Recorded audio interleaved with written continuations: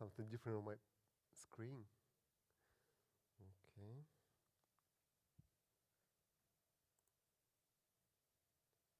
6 or 7 is fine.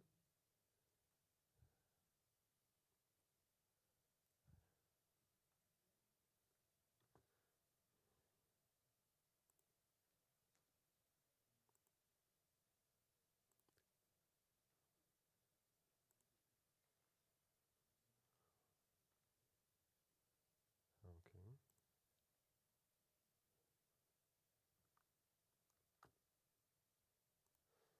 Okay, just a second.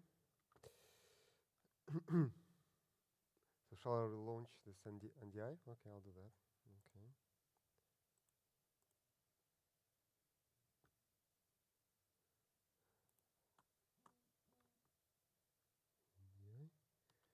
NDI. Okay.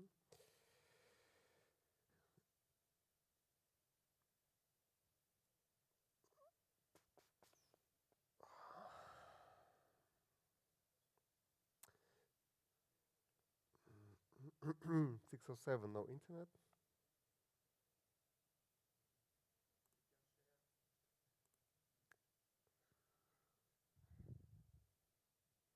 Okay, connected. Screen capture. Yeah, it should work now.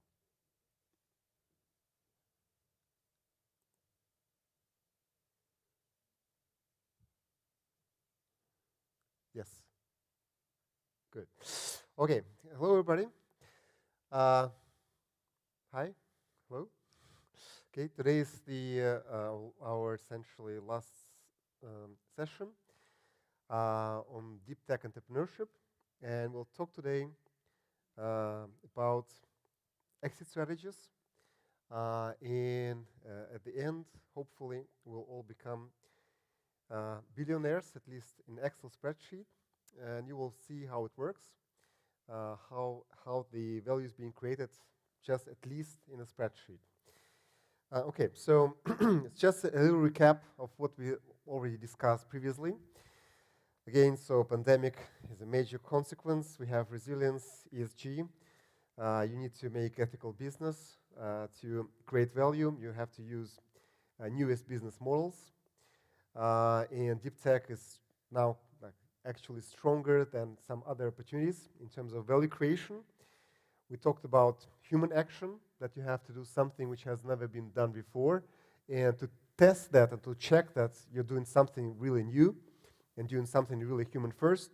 You can use IP databases of all the patents which are registered with all the trademarks and everything, and you can check that what you're doing is actually human first.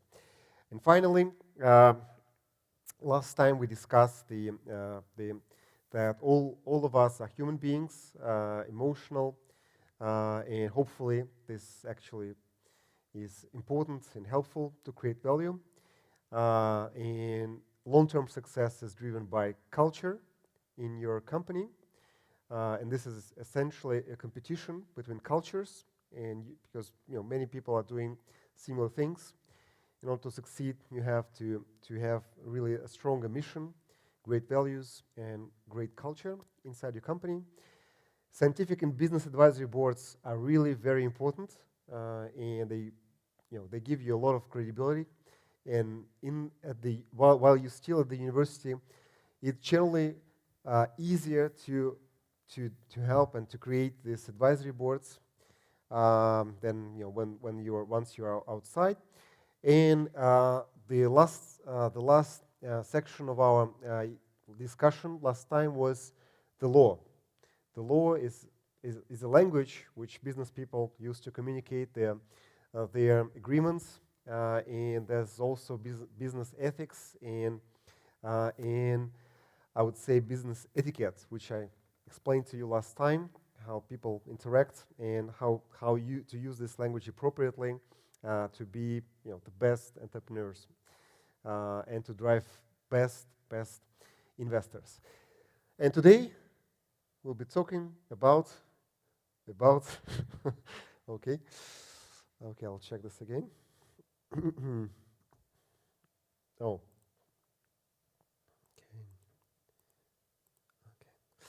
And today we'll be talking about human capital.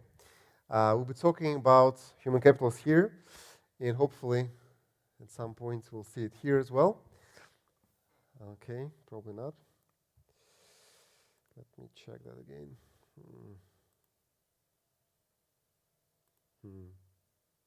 Exit. In human capital, we'll be discussing how we're getting money and producing value based on money, and hopefully, thanks to human capital, we are creating much more value than it has been invested. So I don't know what's going on, whether it doesn't work, unfortunately. So, okay, normally it should work. We are using here, this kind of capture technology that I can show you my screen, because we'll be using Excel spreadsheet today, hopefully. Restart? I already restarted, just now. One more time, okay. No problem. Okay. Exit. Okay. NDI. It's probably not the best advertisement of this application which you're using here. Anyway. Oh wow. Okay.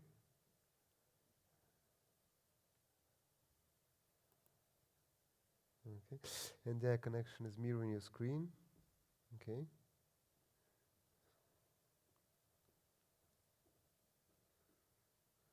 Oh, wow. It happened today. Okay, so we'll be talking about human capital, how we take on financial capital, and then take this money and don't run. We take the money and produce much more value than we get. So today we'll be talking about investors, how they invest, how they evaluate the companies, how they what are the key drivers of valuations, and then finally exit strategies. These are for today.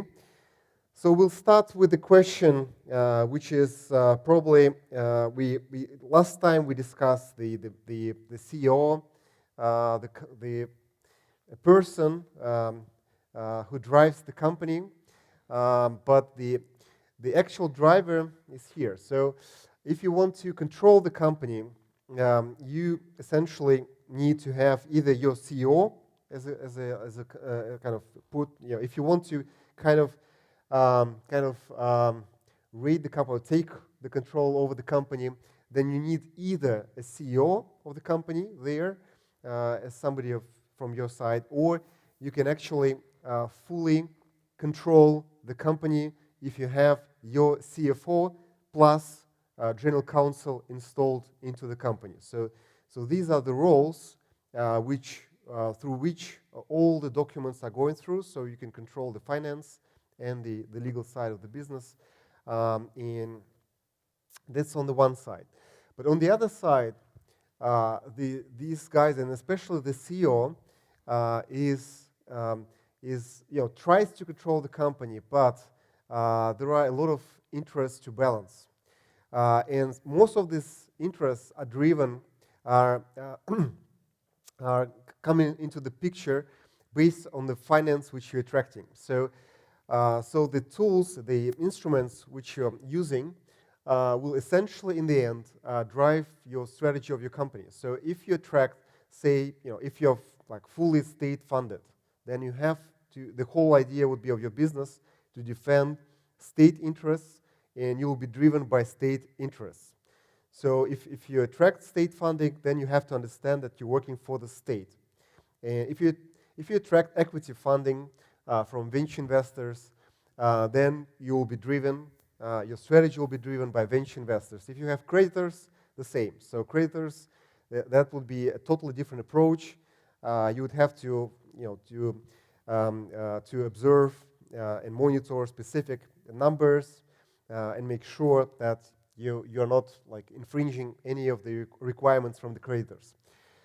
Same goes for board of directors. Board of directors are very important, and at least the CEO pay, as we discussed last time, depends on the satisfaction of board of directors with your performance, if you're a CEO. And then, of course, the C-suite. The C-suite is top management. So, CBO, Chief Business Officer, Chief Marketing Officer, etc. You also, as a CEO, are sometimes, and in many times, you are dependent on these guys, and you have to make them really fully satisfied, and essentially you have to make them happy, because they will leave, especially if you have a small company and there are a lot of opportunities coming from larger companies with greater brands, with greater packages, whatever. So you have to make them happy too. Employees, same thing. Employees are much more liquid. They can change companies very easily, and you have to satisfy them. And then, of course, the clients. The clients are very important. They may leave you if you have B2B business, business-to-business kind of company, B2B company. It means that you don't have a lot of clients, and each client really counts. It's very important to make them fully satisfied, and then to make them understand your values, your mission, in case you're like changing your mission, or if you're if you're doing something against your mission, then the clients may leave you. And then, of course, the society, if you're doing something wrong, which is perceived as wrong by the society, that's also a problem. So in the end, the CEO of a company has to balance all of these interests. So the CEO, we would like to see a CEO who is kind of has the mission, and then drives the company, fully controls it. But the truth is that the CEO is somebody who is balancing all of these interests from all of these stakeholders. And in case you have funding from some of those, of course, then you are doing and working in the interest of these particular funders, somebody who gives you money. So that is why you really have to choose wisely from the instruments of funding, and then from whom you're getting this funding. And today we'll be discussing a lot of that. In the end, the whole story of startup creation, especially if you want to become a serial entrepreneur, creating businesses, selling them, making more businesses, the whole story is about selling your company like piece by piece, like small fractions of your equity, and trying to sell these pieces as wisely as possible, always at a larger and larger valuations, and selling a small fraction all the time, so that you have something still in store. So the whole story of that is that you have your equity. That's your kind of product, and you're selling this fraction by fraction all the time, and trying to keep as much for yourself as possible, to keep as much control as possible for yourself. There's like, for somebody this may be new information, for most of you probably not, but at the beginning, using FFF. Who knows FFF here? What it means FFF? 1, 2, what? Yeah, FFF? Friends, family, and fools, right? Okay, most of you know that's a great abbreviation, and that's exactly where you should take your first money.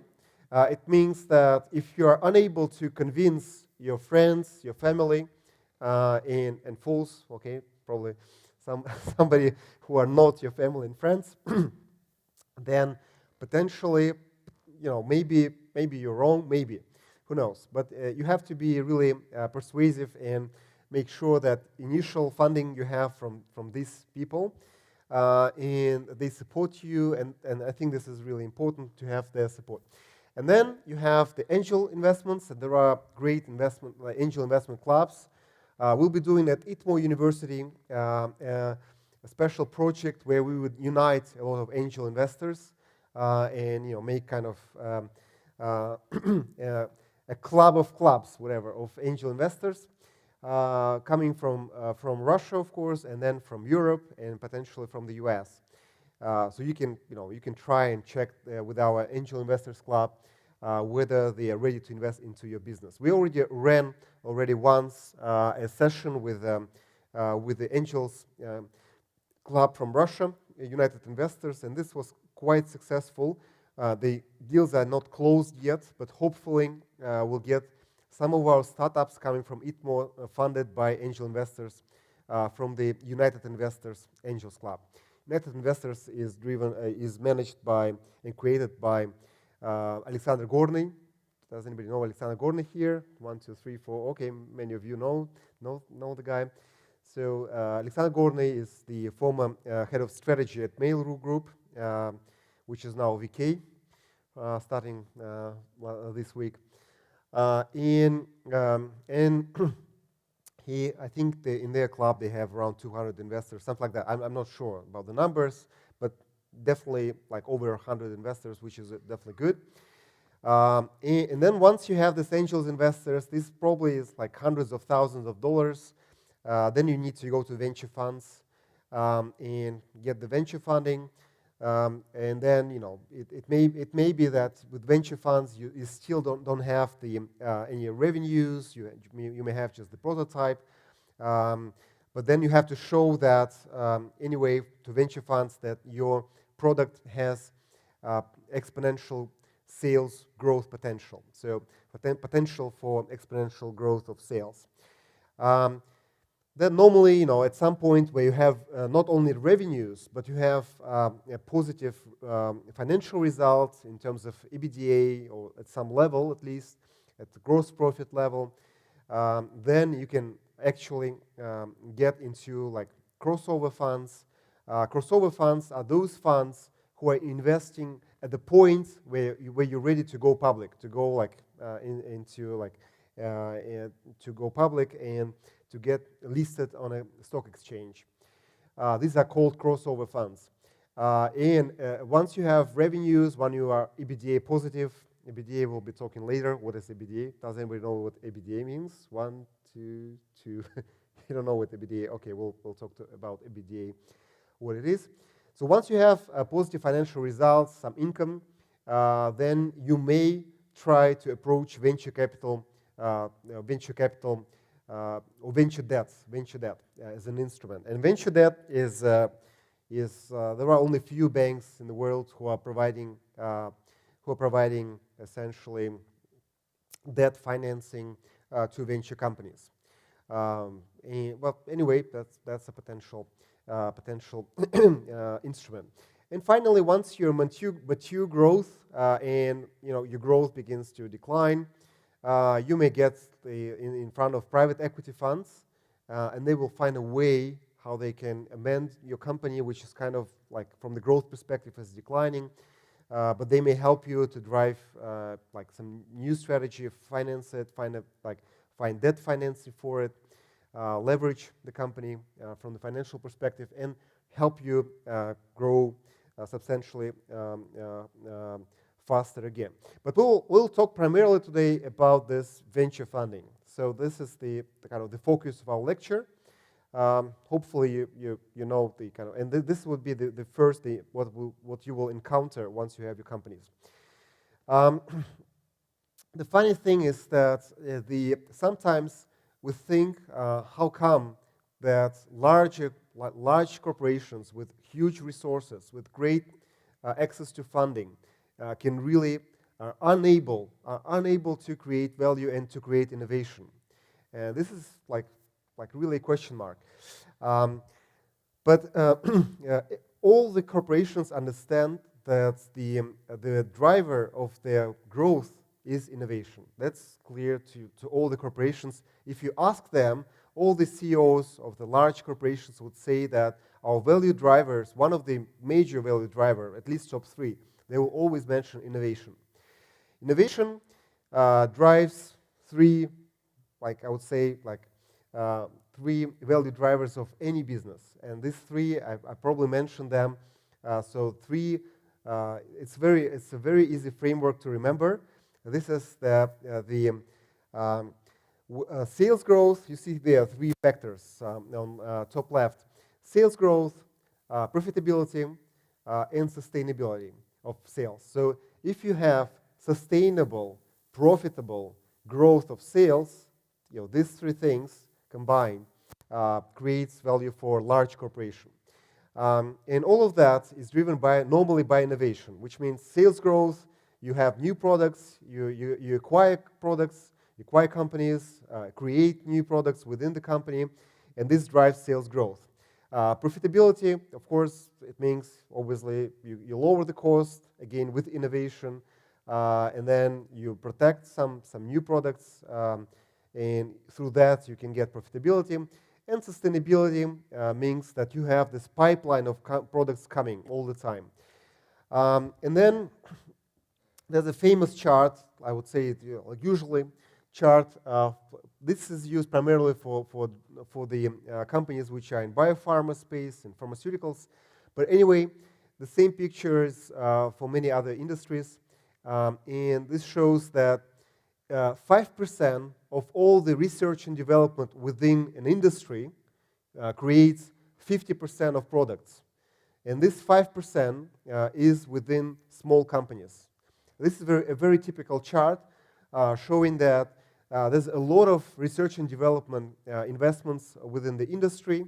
Most of this investment comes from larger corporations, and just 5% of research and development within small companies are creating almost half of all the products within the industry.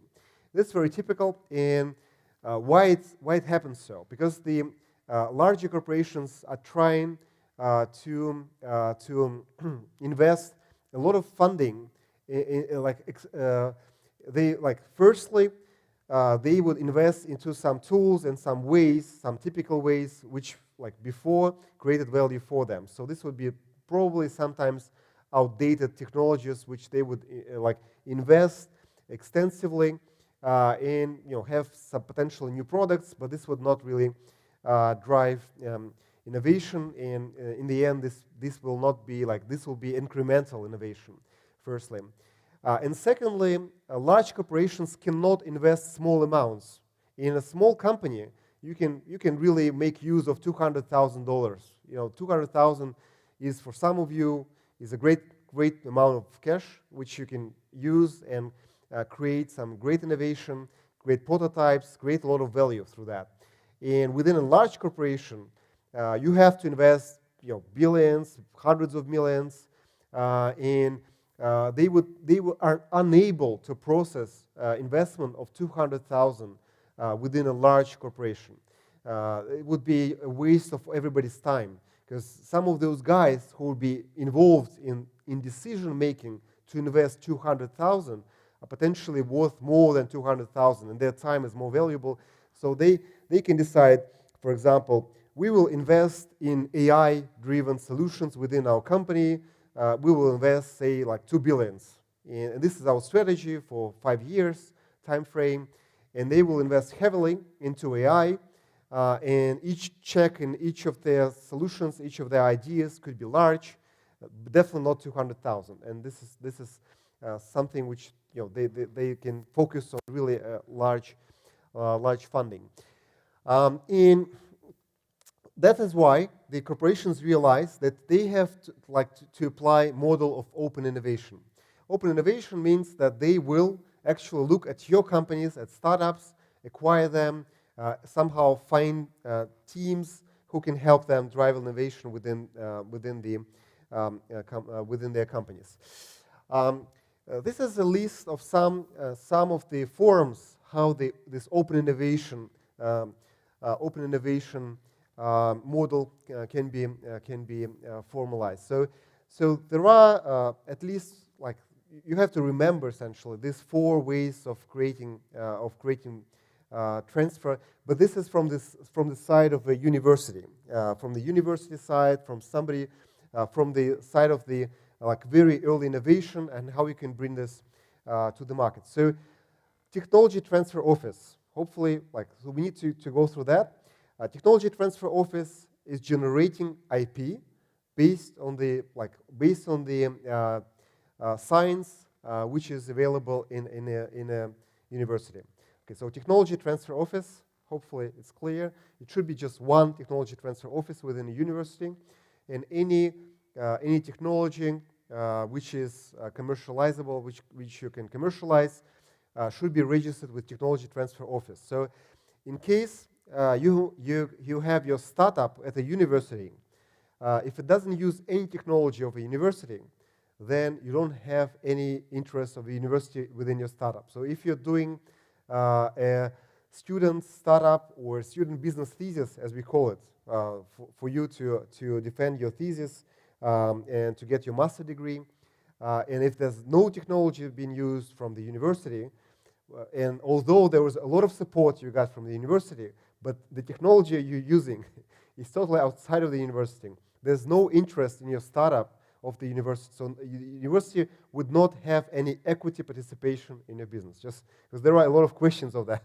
I'm hearing, so we are doing business thesis, we are defending our thesis, and whether there will be any equity participation of the university or somebody else from the university within your startup. Of course not. So, but if there's any technology you're using which comes from our university, and from any university essentially, you have to make sure that all of your legal matters are being appropriately fixed with the university, and you have it like appropriately licensed, or you have an equity participation from the university, and this equity participation came from a patent or from some intellectual property which was invested into your startup, your spin-off, essentially, spin-off from the university.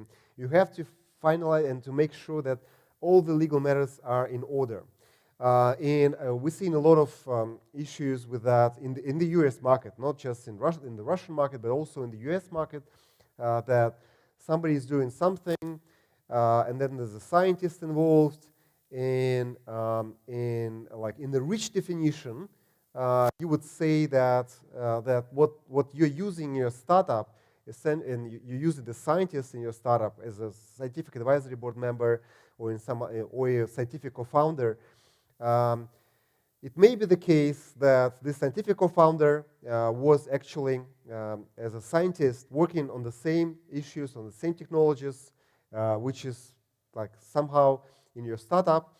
You really have to fix your relationships with the university and with the scientists, with everybody. Because once you're successful, there will be a lot of people who would come after you and say, well, that's our technology. Only universities will remember you, and will come after you and ask for some royalties. So you should better do this up front, and they may actually prohibit that you would be using this technology. So please do everything right from the very beginning. Startup Studio.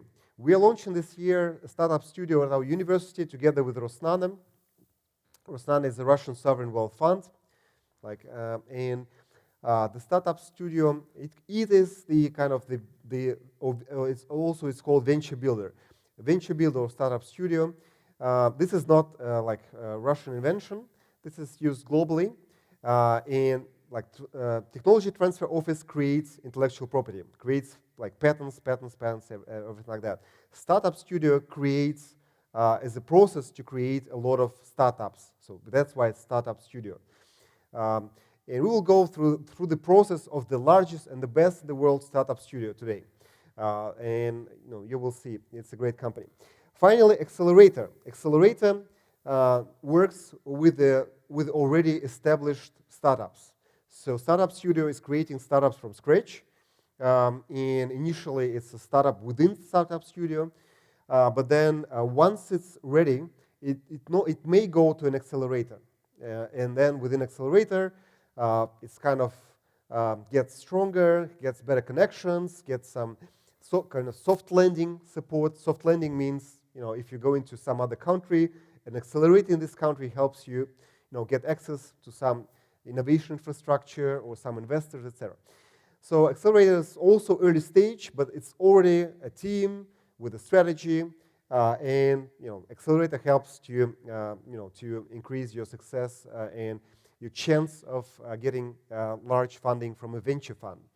And then we have Accelerator at ITMO University, as you know, as well. So you can have your business thesis, your startup, as kind of your startup as a thesis, which you will have for which you will have your master degree, but you also can run it within an accelerator, and this may help you really with some whatever skills, etc. Finally, once it's ready, it can go to a venture fund. We're also trying to create a venture fund here. I'll be first LP in this fund. Hopefully, this will be successful. I really hope I'll be the first LP in that. So I'm personally interested in these startups. So these venture funds, they have early venture funds, etc. So we'll talk about specifics about venture funds, how they work today, in a very great detail. And of course, venture funds are interested that you, at some point, your company will be sold to a larger corporation. Okay, so these are like technology transfer offices, startup studios, accelerators, and venture funds. Hopefully, it's all clear.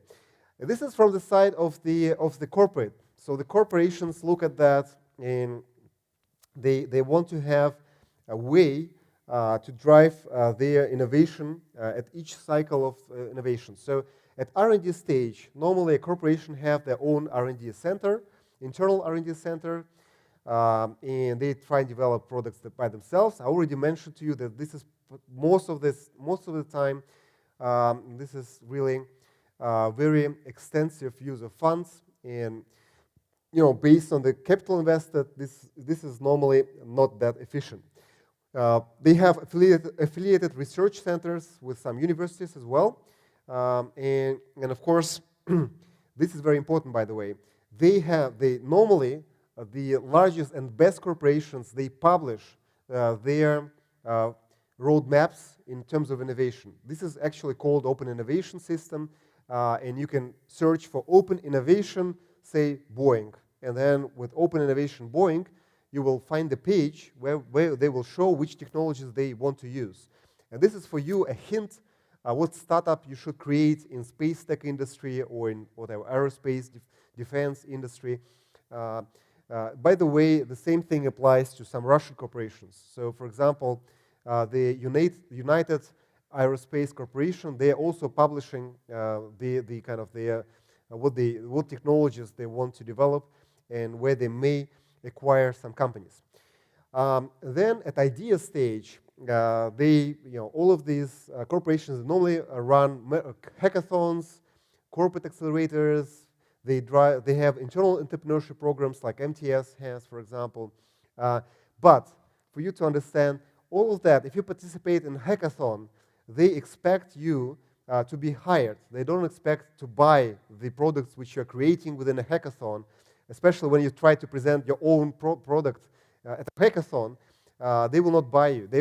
They think within hackathon that they are potentially looking at teams and potentially acquiring teams or hiring teams, not acquiring. So you should drive your expectations. They will not buy your product through a hackathon. Once you have prototype, this with like a prototype, sometimes corporation would create a startup studio with a university. Will give you hypothesis, and within startup studio you may create something, some products, and then they may potentially look at that and potentially kind of almost acquire. But in the end, it's very similar. They would normally hire the team, or potentially buy out the startup, but at a very early stage when it's really very, very early. So the valuation would be not that high. Also, almost all the larger corporations in the US and Europe, they have corporate venture funds. Corporate venture funds, CVC.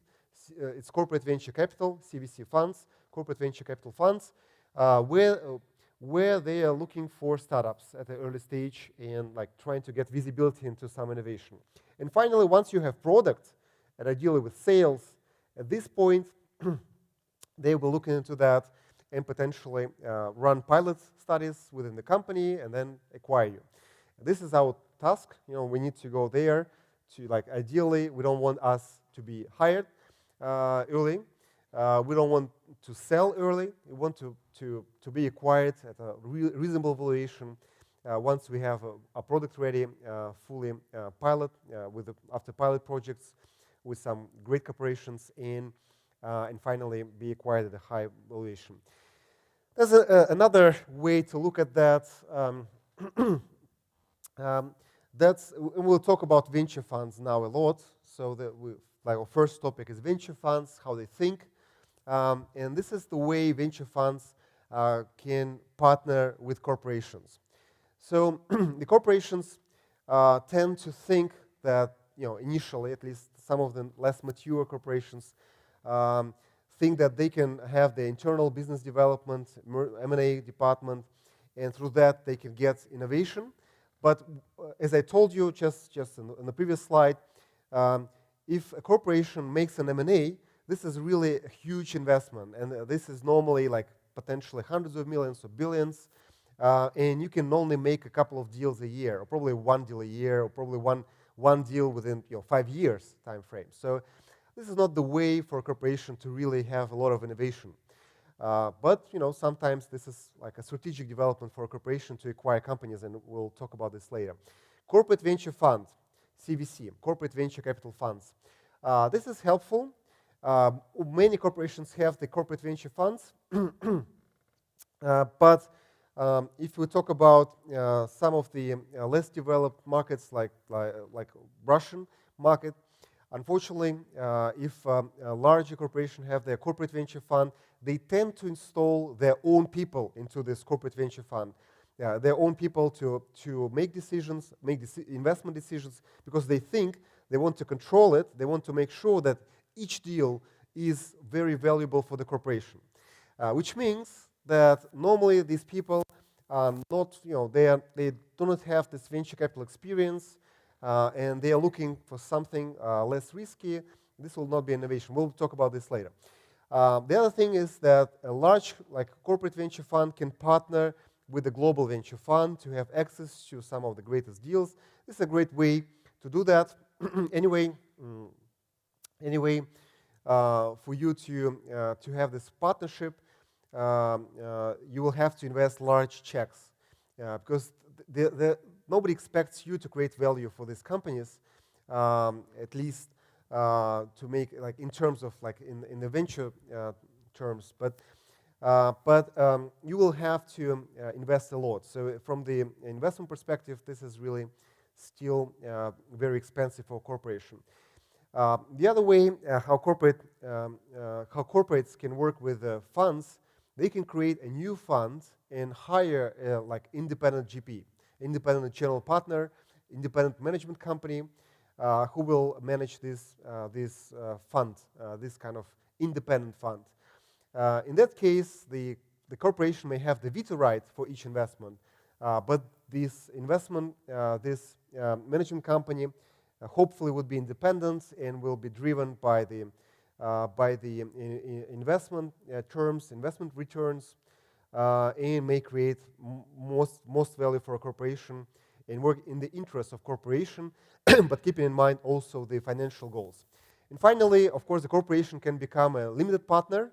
Limited partner means that you don't have any influence on the decisions of the venture fund. You're acting just as an investor, as a small investor into a venture fund, but still you have some visibility into the portfolio of this venture fund. It may be helpful, and some of the largest corporations in the world, they are doing that, and that's helpful for them. They don't have any influence on the decision making, but they, for example, would have access and visibility into all the alternative energy solutions globally, if this is a global venture fund investing into alternative energy. Oh, what's that?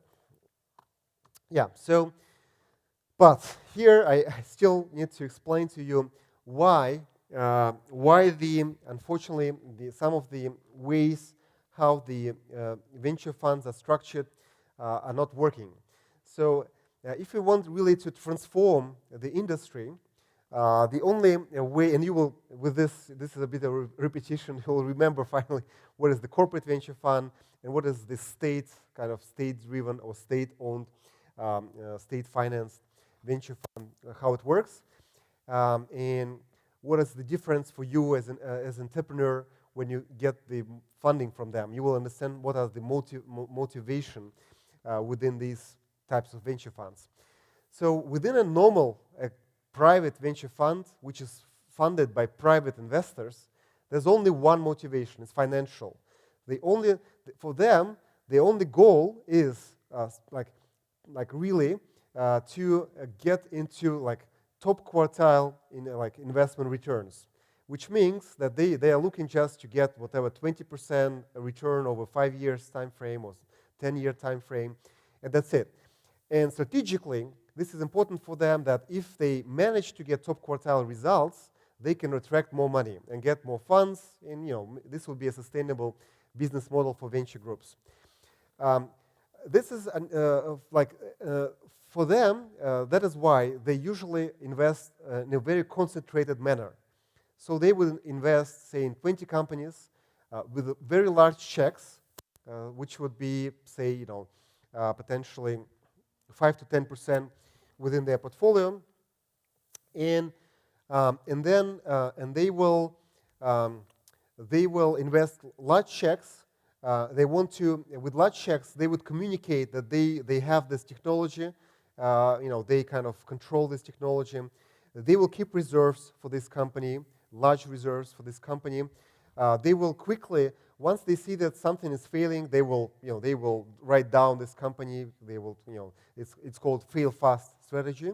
So they will write down it quickly, normally, at the very beginning. But if they are already invested substantially, they will keep it, this company, until they sell it. So they will not write down a large chunk of their funding. So the only motivation is financial results. And as I told you in my first lecture, that they would invest only in breakthrough technology, because only breakthrough technology is sold at high multiples and is acquired by large corporations. If something is really incremental innovation, then the corporation will think that they can redo that, they can do this by themselves. That would not be, this would not attract high valuation.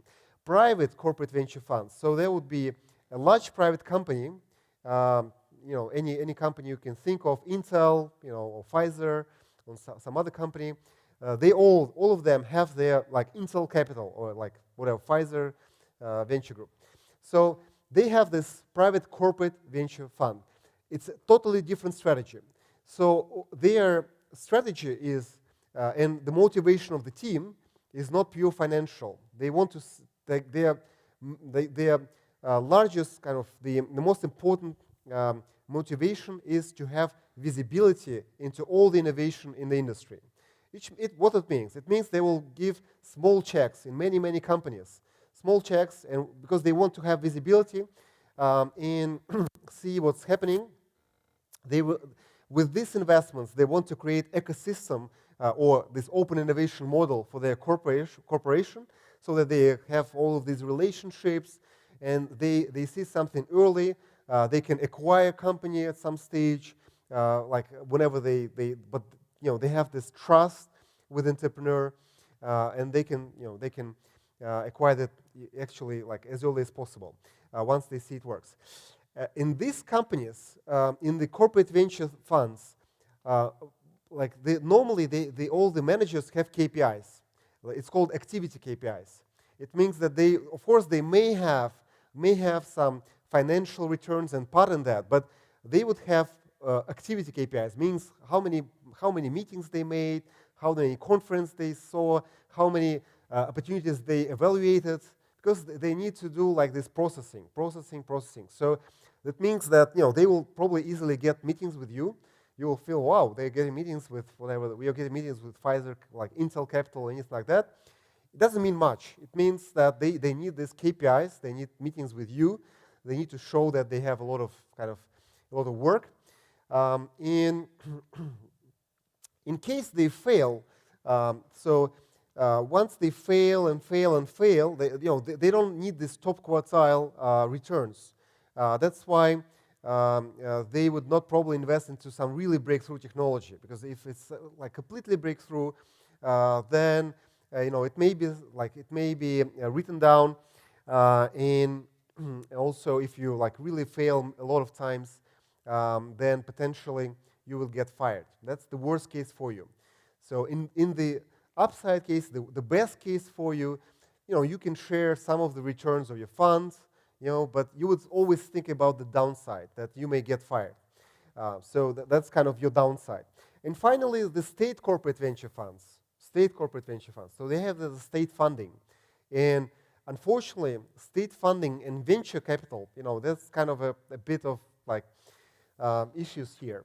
So you, in that case, when you're funded by the state, then firstly, your strategic goals would not be, top quartile, would not be even like visibility. Your strategic goals would be to support your country with innovation, to transform the industry, like to help with national security issues, and whatever. So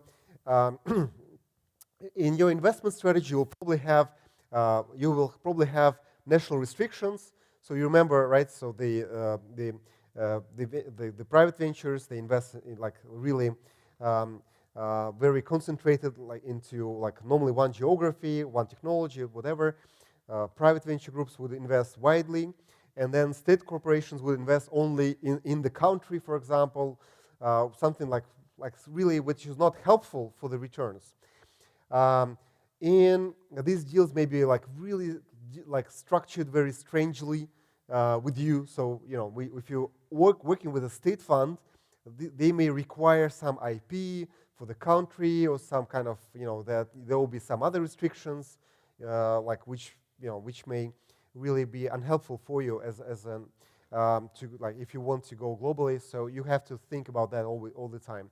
And finally, the worst thing about state corporation funding is that the teams inside have a very tough downside. So the upside, the upside is limited normally, but the downside for the funds which are funded by the state, if you fail, if you write down all the investments, the downside is really bad. So with that, of course, the state corporate venture funds will only invest in kind of safe investments, which means they know straight away they invest like $1 million. They know there's a contract already within the corporation, which will like basically you invest $1 million, you do something with this company, and then the contract comes, and the company either gets acquired by your kind of state corporation or get some like large contract, whatever. So it means that this would not be a transformational deal for the corporation. This will be more like a very safe investment, because the downside is really tough for these guys who are managing the state corporation venture funds. So I hope that you understand now how it works. So if you want really to transform the industries in some country, you have to develop a lot of venture funds in this kind of venture economy in venture ecosystem. So, okay. In terms of corporate venture funds, almost all the largest companies in the world have corporate venture funds. And the good thing, again, so they are like giving the small checks to many companies, sometimes even large checks. The problem with them is that they are growing. There's a kind of an interesting opposite dynamics. So with the private venture funds, when the industry is booming, at some point they understand that it's really, the valuations are going really crazy. So it's like a frenzy, and they stop investing, these private venture funds. Or they invest into some early stage investments and privately, not like in public markets or anything like that. So they're investing like privately and trying to find reasonable valuations. It's tough when the market is booming. And the corporate venture funds, when the market is booming, they are investing a lot. They kind of making partnerships. But once there's a bust in the economy, in this this boom-bust cycle, on the bust cycle, these corporate venture funds and their corporations stop investing because they have the issues, and the whole business is contracting. No way for innovation, for all of this crazy stuff. No, we stop investing, and that's why they're called tourist funding. Tourist funding. So they are here when the market is booming, but once there's a kind of a slowdown in the market, these corporate venture funds stop investing. And then the venture groups, like they are really coming into this picture and start investing because the valuations are now very attractive and they know that they can invest now at a very low valuation. So that's kind of an opposite dynamic. So it's good to have the funding both from the venture groups, from corporate venture companies, corporate venture funds as well. So when you attract funding, it's best to have funding from both groups. So now about the funds, how they work. And as I mentioned last time, so normally, if you are really professional, guys, you come to a meeting very well prepared. That means that if you come to a meeting with a venture fund, you can answer to all these questions which are like listed here. So you looked at the web page of a fund, you know that what is their strategy, what is their team, what is their portfolio, and what of their conditions. Probably not. Conditions is normally is a confidential matter. Anyway, this is what is the fund. Every fund consists. So, so fund essentially is its strategy. By strategy, it means that you look through the website and you understand at what stage are they investing, in what particular vertical. Vertical means the industry, and what are the average checks that you always have to ask at the meeting. What is the investment process? We'll go through investment process. What is geography and exit strategies of the fund? Normally, funds, of course, the exit strategy is straightforward. There are two basic exit strategies. We'll go through that later today. And then you look through teams, and team and strategy, and especially track record is very important because you really want to attract funding from a venture group who had success in your vertical, so that it's much easier for you to attract further funding from other venture groups because you have a very specialty fund who are investing in your vertical and they invested with a success. So it means that if they got attracted by you and they invested into your company, it means that they've done their due diligence and they want to repeat their success. It would make much easier for you to attract further funding. And of course, you look through their portfolio and you see that that your company is kind of fit for their portfolio. Sometimes, by the way, some funds are investing in just one company. So if you have competitors like, say, whatever taxi aggregators, for example, there are many taxi aggregators. So if they invested in one taxi aggregator, normally a fund would not invest into another taxi aggregator. So if you see a competitor within the portfolio of a venture group, it means that potentially they will not invest into you because, again, their investments are very concentrated. They pick just one opportunity within the whole industry. It means they made their diligence and they chose specific opportunity which they think is stronger than anything else in the market. And finally, conditions and terms, essentially terms. This is how the funds work. This is as an entrepreneur, you may not need that, but as a kind of professional people, you have to know how the fees within the venture fund are structured. They are structured with a management fee. Management fee, everybody knows what management fee is, no? So it's normally 2% of the committed capital, 2% of committed capital, and then carried interest. Carried interest is calculated as 20% of the success of the income which the investor is receiving. So for example, if there's 100 million commitments to your fund, you get 2% each year, so 2 million every year, which is used to support the team of the fund. And then if there's a company which they invested into a 10 million check into one company, and then this company gets sold and the venture fund gets 20 million, they give back 10 million to the investor as one-time capital, and then the rest 10 million, they get 20% of it to themselves, which means 20 million to the fund, and 80 million goes back to the investor. So this is called carried interest or carry. Carried interest or carry. So all in all, this structure is normally, as a slang, is called 220 structure, 220. Of course, the terms of funds are now changing. Sometimes you have 1.5% of management fee, potential less carried interest, like 15%, whatever. So, but 220 is very typical, and it's, we still keep normally 220. There's also hurdle rate. Hurdle rate means that this kind of some kind of a guaranteed rate of return for the investor or some minimal return for the investor if the return for the investor is less than hurdle rate. Say you manage to get 5%, or you even close the fund with a loss, then you will not get any carried interest. Yeah, so management fee you're getting anyway, and then the carried interest you will get only in case of success. Okay, that's probably it for the terms. We have a whole program for funds, and we'll talk about it later. Anyway, now I promised to show you the best startup studio in the world, and this is initially it was a venture fund. It was called a venture fund, Flagship Pioneering. Flagship Pioneering is one of the best venture funds in the world in terms of their performance. But now they changed to the kind of startup studio model. What they're doing,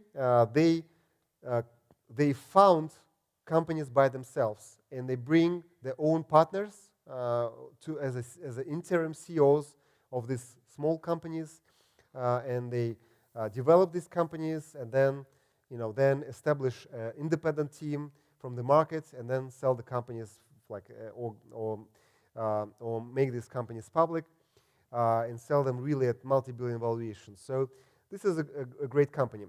But here I'm showing the investment thesis.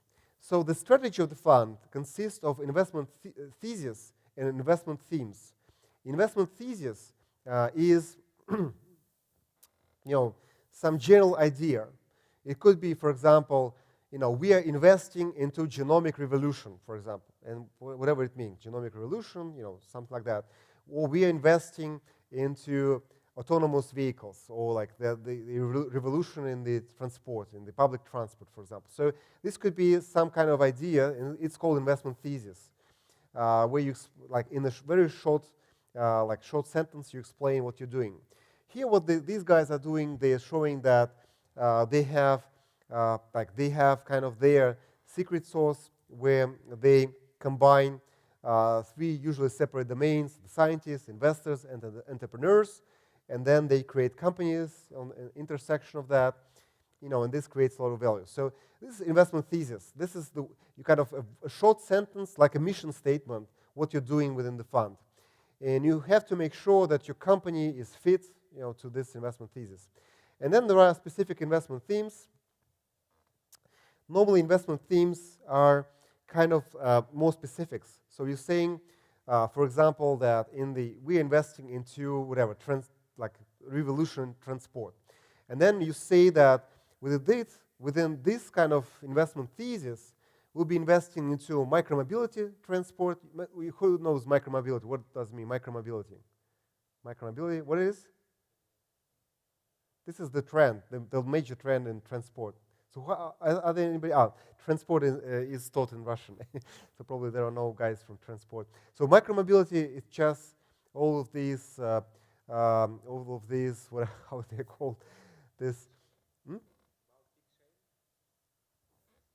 Самокаты, как они по-английски? Scooters, right? All the scooters. So this is called micromobile transport. So, and this is a great trend. You can invest into that, but this will be one kind of investment theme. This may not be investment strategy. You can invest into scooters, but you'll be investing. One of the investment themes would be micromobility, and then you show that this micromobility is growing. Every city, etc. So this will be micromobility investment theme, and also you may say, these ideas, some drones, for example, as another investment theme within your large investment thesis. So you have to see that you are fit for some specific investment theme within this investment thesis, and guys can show you proudly your investment opportunity, your company as a great opportunity. And this is the process of a typical startup studio. You come up with a lot of hypotheses in kind of potential technology hypothesis or some market hypothesis and test them and again fail fast, right? So you fail fast here, you kind of change, you kind of make variations of that idea, and then at some point you have proto company. Proto company means that all the administrative processes are outsourced.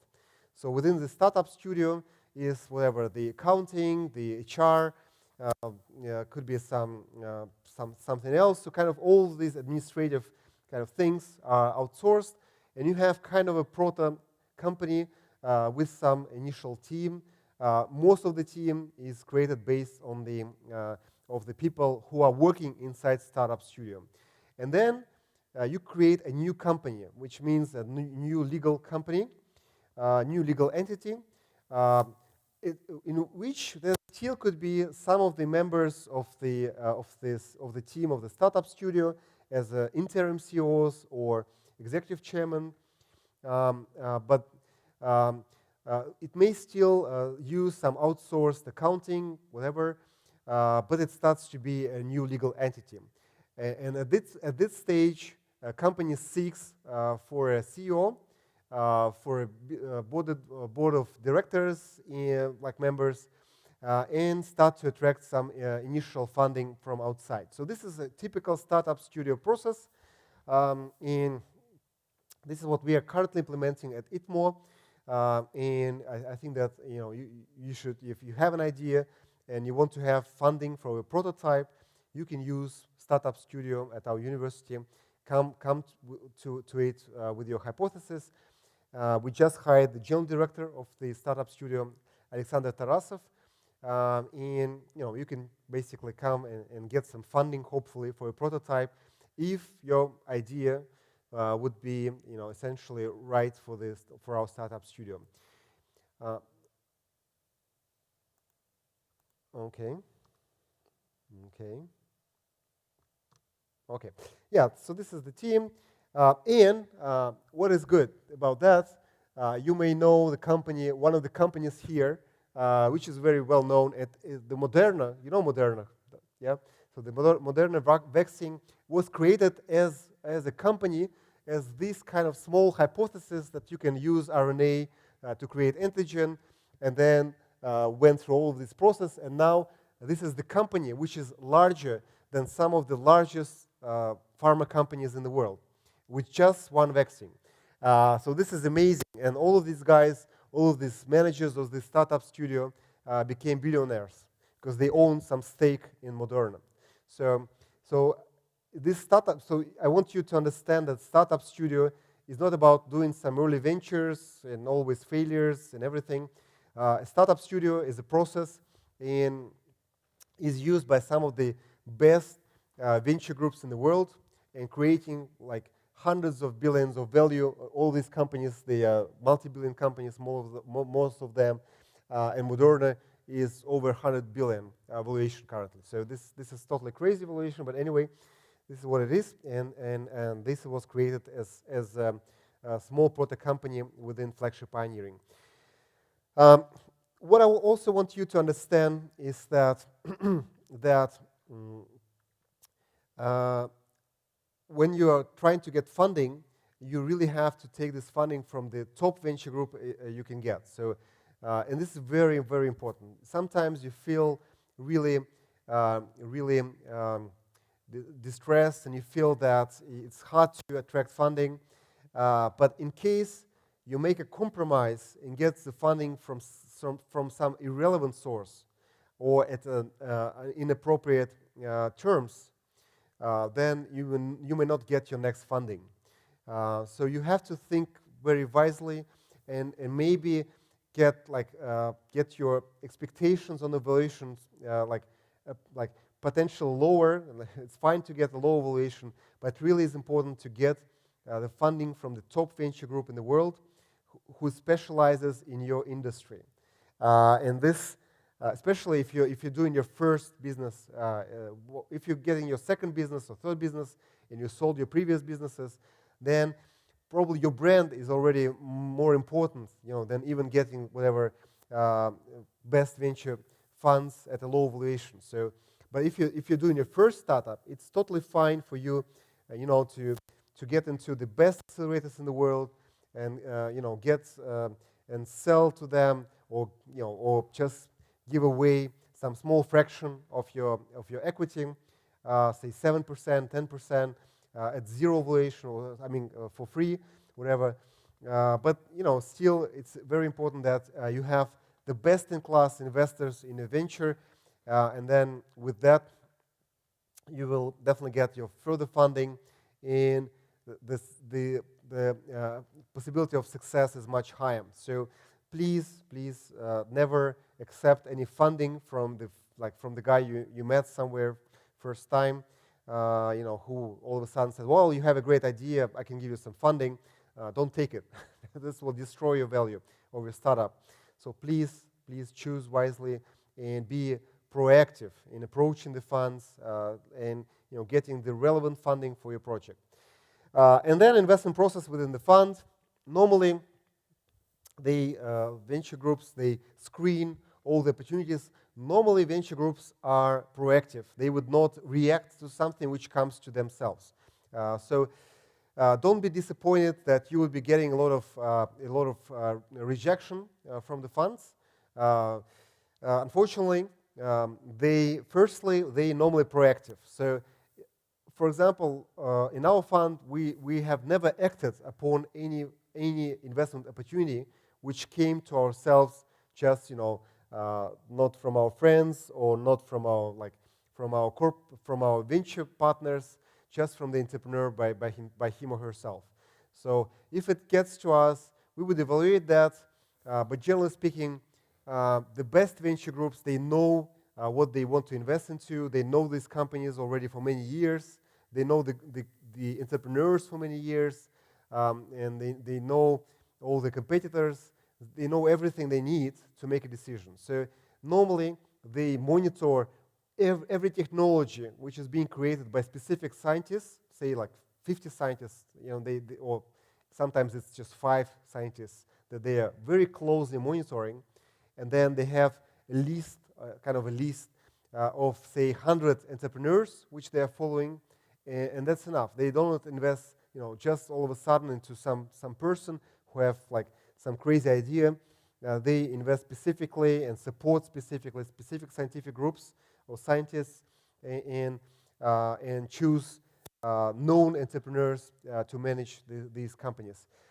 So that's kind of a disappointment, but you have to understand how it works, and you have to become one of those guys who would be on their list. So that's why sometimes PR is very important. So it's good to be mentioned somewhere in the press. It's helpful, so that ideally you are on the radar screen of the venture groups before you actually send to them your pitch deck.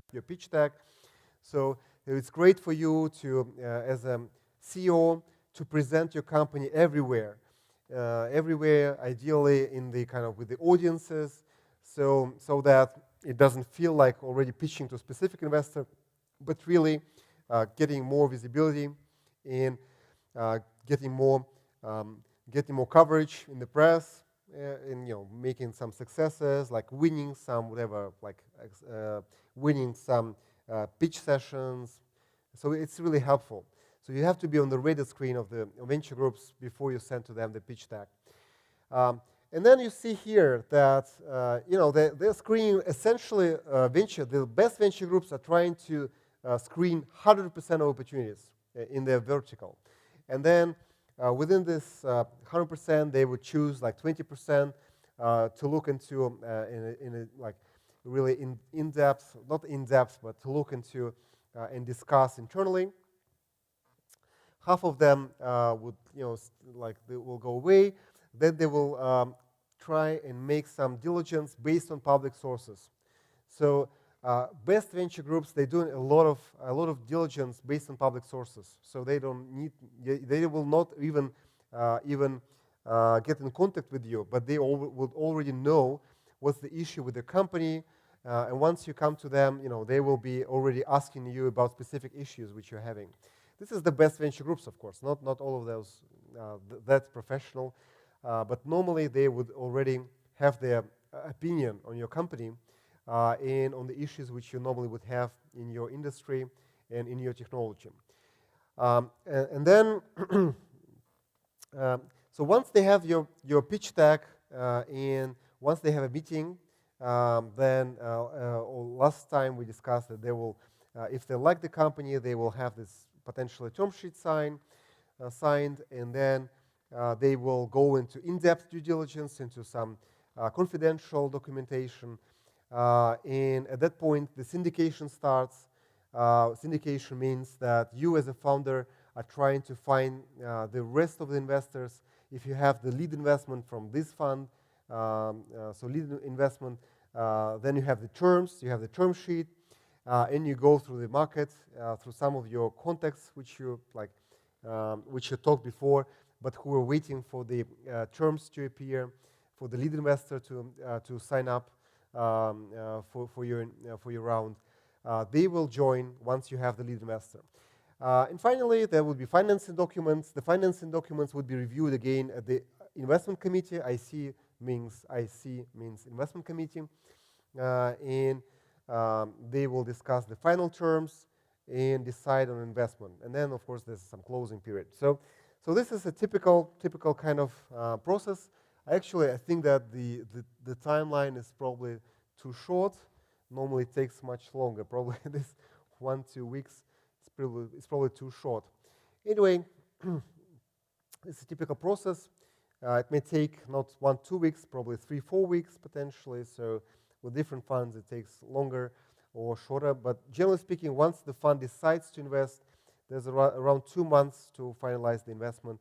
Once you have the lead investor sign up for the rounds, normally you would have 2 to 4 months to close the deal.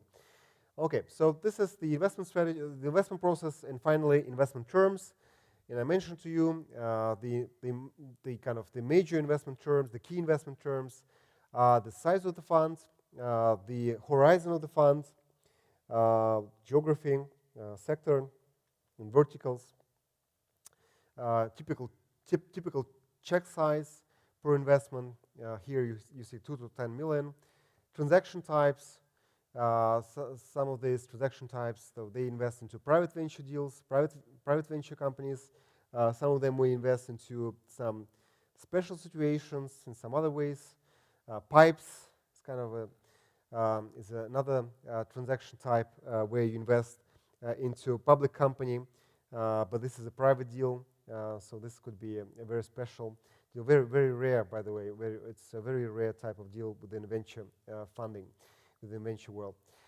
Okay, and then of course the kind of all the other terms. So and you see here 220 as typical venture terms for a venture group.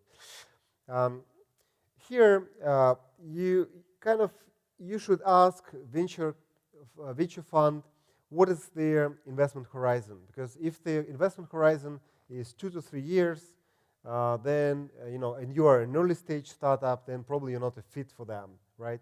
So you should kind of understand what is the typical check size from them, what is the investment horizon, what is the expectation.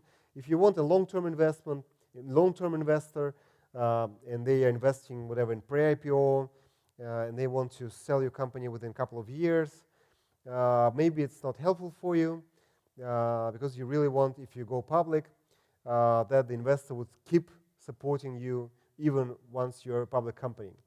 Although the regulation for venture funds is that they have to sell, once you get public, they have to sell the equity because they may not have substantial part of the investment in the public equity. So normally it's like they can keep less than 20% of the fund, of their commitments, of the funds which they placed in the public companies. So they will have to sell your company once you get public to comply with this regulation.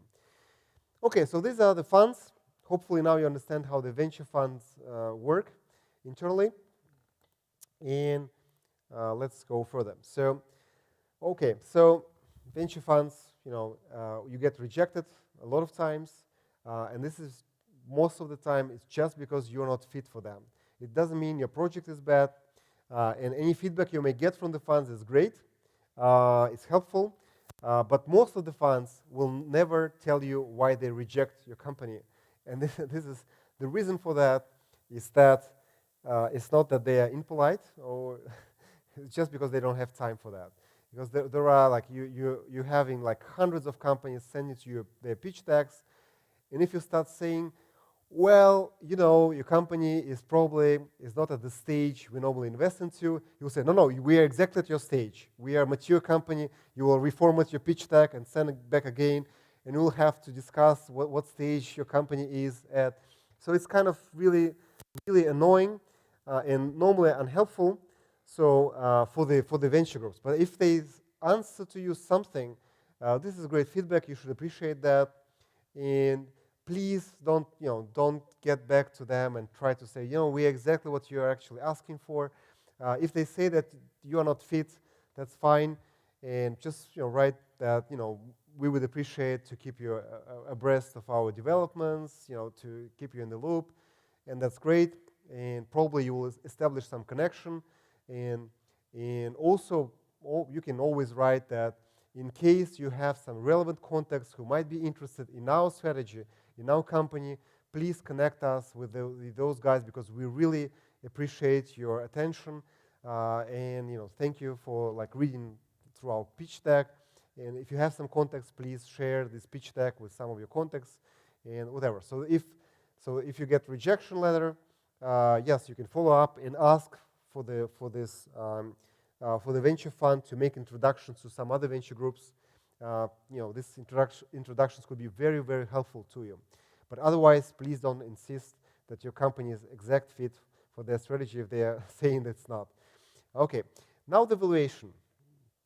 So the valuation, well, this is like a large topic. So we would not be able to go for the full financial modeling. In case this is a totally new field for you, I have good news for you that within our program, you will have a chance to have some understanding of the valuation of the financial modeling. Also, we'll have potentially some additional module, which will be kind of which you can get into voluntarily, but which will deal with valuation. Also, I'm also giving some classes, some paid classes for valuation if you're interested. And this will be specifically valuation for venture companies, because startups, it's kind of a different approach when you evaluate a large company with the income, etc. And then when you evaluate a company which within a couple of years may actually disappear because the technology doesn't work. And then it's kind of a different way how you evaluate such companies, established companies and startups.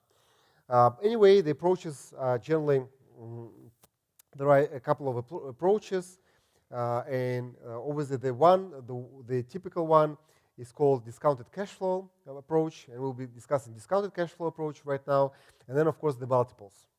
And then I will explain to you what is more important, what is more helpful. Anyway, let's start with discounted cash flow.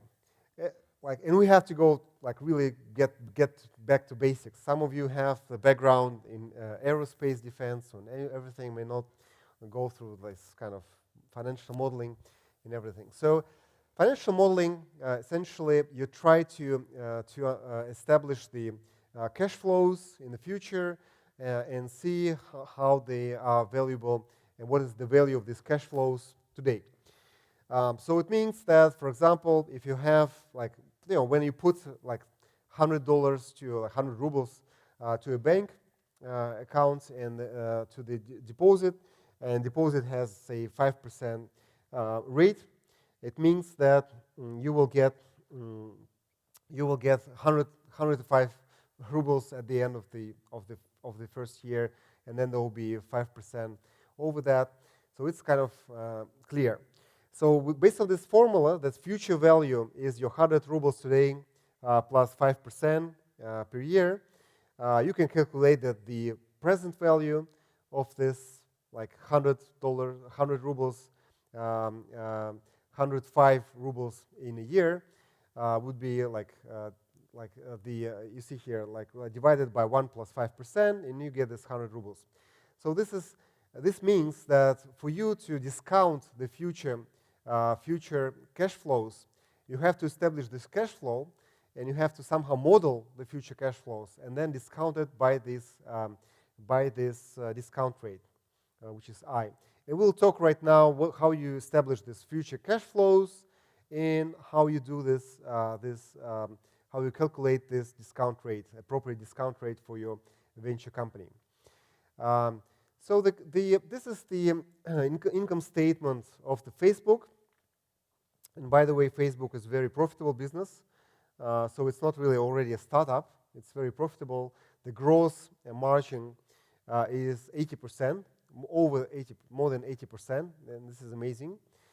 They have very strong cash flow from the net income standpoint. And there's like some formula how you establish the free cash flow, which should be used for discounting purposes. And yeah, so we'll have to skip that, unfortunately. I will show to you a bit in Excel spreadsheet. But here, with free cash flow, you have to calculate what is exactly like the actual cash flow, the cash which is coming to your company on annual basis. And this is the cash which will be discounting later on in really like trying to establish the present value of future cash flows. Yeah, so we'll skip that because this is really too detailed at this stage, and we'll probably hopefully have this later on. So and then this discount rate, how to calculate the discount rate. The typical model for calculating the discount rate, that's in Russian anyway, it's called Capital Asset Price Model, CAPM. And although this is a bit theoretical, it's still being used everywhere, and you still have to know that as your fundamental education, and it is being used in the investment banks and in the industry everywhere. So although this is a bit theoretical, and DCF model generally, DCF model is a bit theoretical, this is exactly how it's being built. And again, the CAPM model to calculate the rate of the discount rate is still being used, and it's always been used. So CAPM is the model where you understand what is the discount rate, which reflects the risk of your business. So it means that the higher the risk, normally, the higher the rate of this discount rate should be. It's kind of straightforward. So how do we calculate the risk, and how do we kind of drive? Because in the end, we need just this kind of, remember, 5%. So kind of the rate of return, required rate of return. So how do we calculate that? We take a risk-free rate. Risk-free rate would be normally some long-term rate of some long-term yield or some long-term rate for the state bonds. So it means that you normally would expect that the state would not default, although sometimes it's not the case. But you would expect that the state bonds are the most secure securities, and you would use this the rate of the state bonds as your risk-free rate, and then here in the brackets you see here the risk premium for investment into equity market overall. So the equity market of this country. So what is the risk premium for investment into equity on average in this market? How you calculate that is you take the risk premium of the investment into this country overall, minus the risk-free rate. It means that there will be some additional risk of investment into equity into in this country. And then you apply the beta as a coefficient. And beta means essentially a covariance between the market moves and the moves of your industry, for example, or of your specific company. So, for example, the beta. If the market goes down by 10% and the beta is 1, it means that the share price of your company would go 10% down as well. So it means the correlations and the covariance. So, for example, if the beta is 2 times and the market grows by 10%, your company would grow, or your price of your share of the company would grow by 20%. So it means the beta shows that your company is a defensive stock. It means that if the beta is less than 1%, then in case the market goes down by, say, 10% and beta is 0.5, then your company would go down by just 5%. So beta is essentially showing that your covariance of your industry or your specific company against the market. So again, the way you calculate the discount rate for investment for your cash flows is that you take the risk-free rate, you take the premium of investment into equity, and then you make a coefficient of beta, which means that your industry is either more aggressive, like it grows faster and falls faster than the market, or it grows less than the market, or falls less than the market. So this is the coefficient. So now more kind of, and then there's another risk-free rate. Another rate which you have to think of. It is called the required rate of return. I think this is even more important than the Cpm model. Required rate of return is the required rate of return for the fund when the fund decides on specific investment. So, for example, you have a company which has a probability of success of 25%, and as a fund, you want to get top quartile result, and top quartile return is 40% within your industry. So you're investing, for example, whatever, in the IT space. And normally the top quartile funds are providing 40% on average return. And then you have 25% probability of success. It means that for you to have 40% result, right, you have to divide this 40% by 25%, and it means that in this investment you would invest at 160% requested rate of return, which if you multiply by 25% probability of success, you will get this 40% of your average expectation on the return of your fund. Hopefully you understand that. Do you understand that? So because this is a very important concept. So the fund says that on average, we will return 40%. But in each of our investment, we will invest at 160% requested rate of return, and they will challenge your company in your cash flows and your financial model, which you will provide to the fund, at this 160% required rate of return.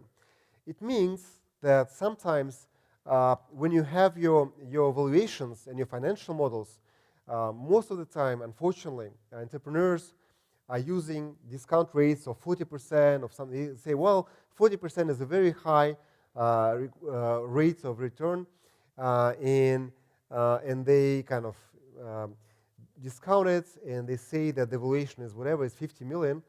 But unfortunately, venture funds would challenge your valuation at a much higher rate of return, potentially like 160%, and your valuation would be actually either zero or even negative. Okay, so the other thing is that, so the funny thing is that, for example, investors who are investing at early stage and the probability of success is less than 20%, they would invest at the required rate of return of at least 125%. If they're investing at a later stage, and the probability of success is around 50%, it means that they will apply requested rate of return as around 50%.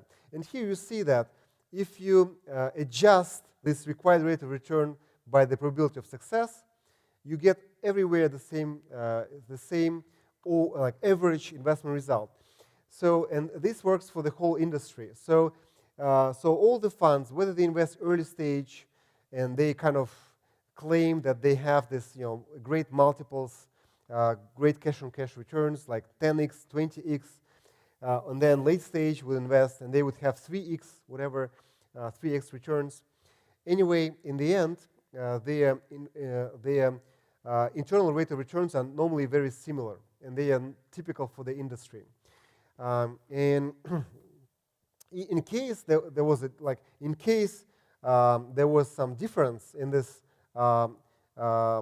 risk-adjusted rate of returns, all of the funds would be investing only into early stage, or there will be only funds who would be investing on the late stage, and it doesn't happen like that. Normally, with all of these asset classes and stages, in the end, they have the same rate of return if you adjust for risk. And this is like, for some of the investors in the funds, they never understand that. They feel that, if you invest early stage, there should be some higher rate of returns, but then when you adjust for risk, in the end, it's all the same. Okay, so these are the way you do that. So let me show you potentially some example. Okay, let me show you.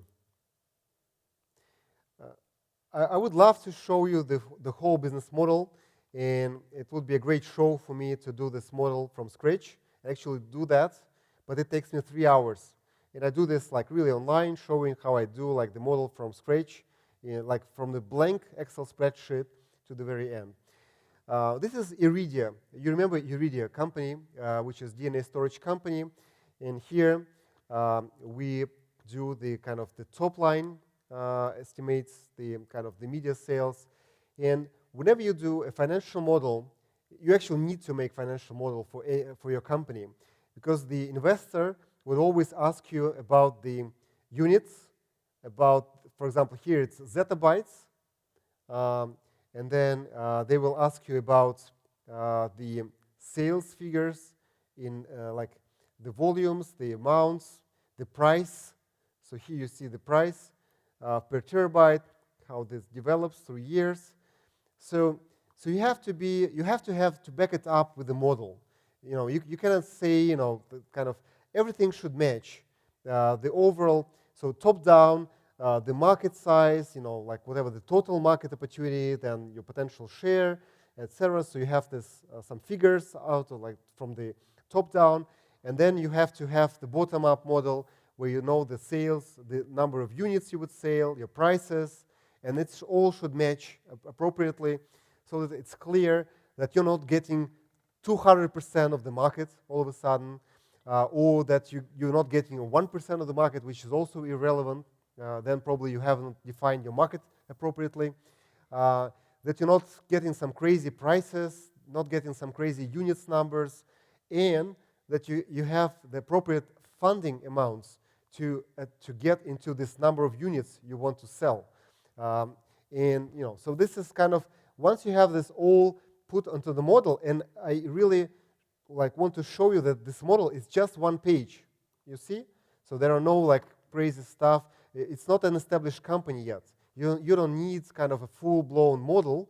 You need something which you can look at, where all the assumptions are very clear, and the possibility of mistake is really minimized. So please don't do like huge models. Also here you see some additional information. And what is good about that you have some potential, some scenarios here. etc. So this is a great model, and we have a special course for that, how to develop a model. You have these scenarios, and you see here the DCF, the potential cash flows, and pre-money valuations, and then scenarios for investors and how much investors are getting. Here you see IRR of 30%, 100%, and whatever, another over 100% if there's an M&A in 7 years time frame from now. And somebody would get 400 times the investment. That's a good return. Anyway, so here is the model for Iridium. And this is potentially, like, unfortunately, in the interest of time, we cannot go through that in detail. We'll go through detail of another model, which is much nicer. And I call it Sweet Dreams model. Sorry? Oh, yeah, thanks. Thank you. Thank you so much. Okay. No internet. Okay. 607, no internet. Oops. Thank you. Thank you so much. Yeah, so so it's called Sweet Dreams model. Had to relaunch, right?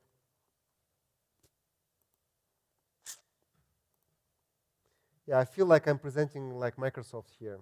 You know, when they present the new version of Microsoft, it's always fails. So they try and I think they stopped doing live. Yeah, it works already. Thanks.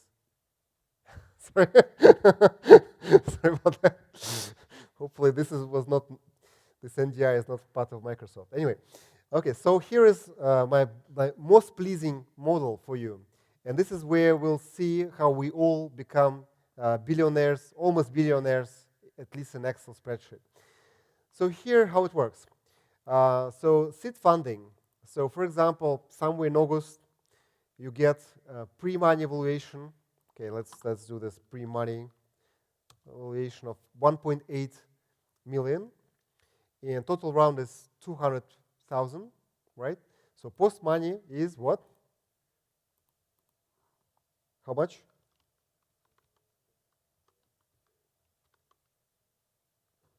$2 million, right?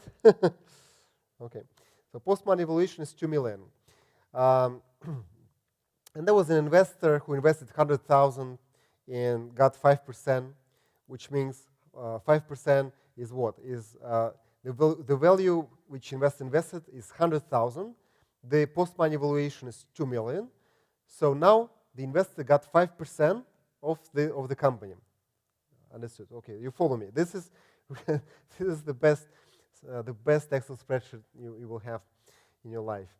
And then next year, just in half a year, you are attracting funding already. This is already A round, and you get 10 million pre-money evaluation.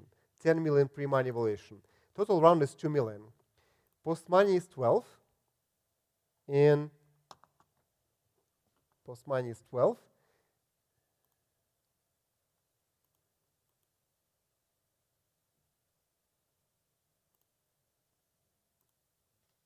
Okay.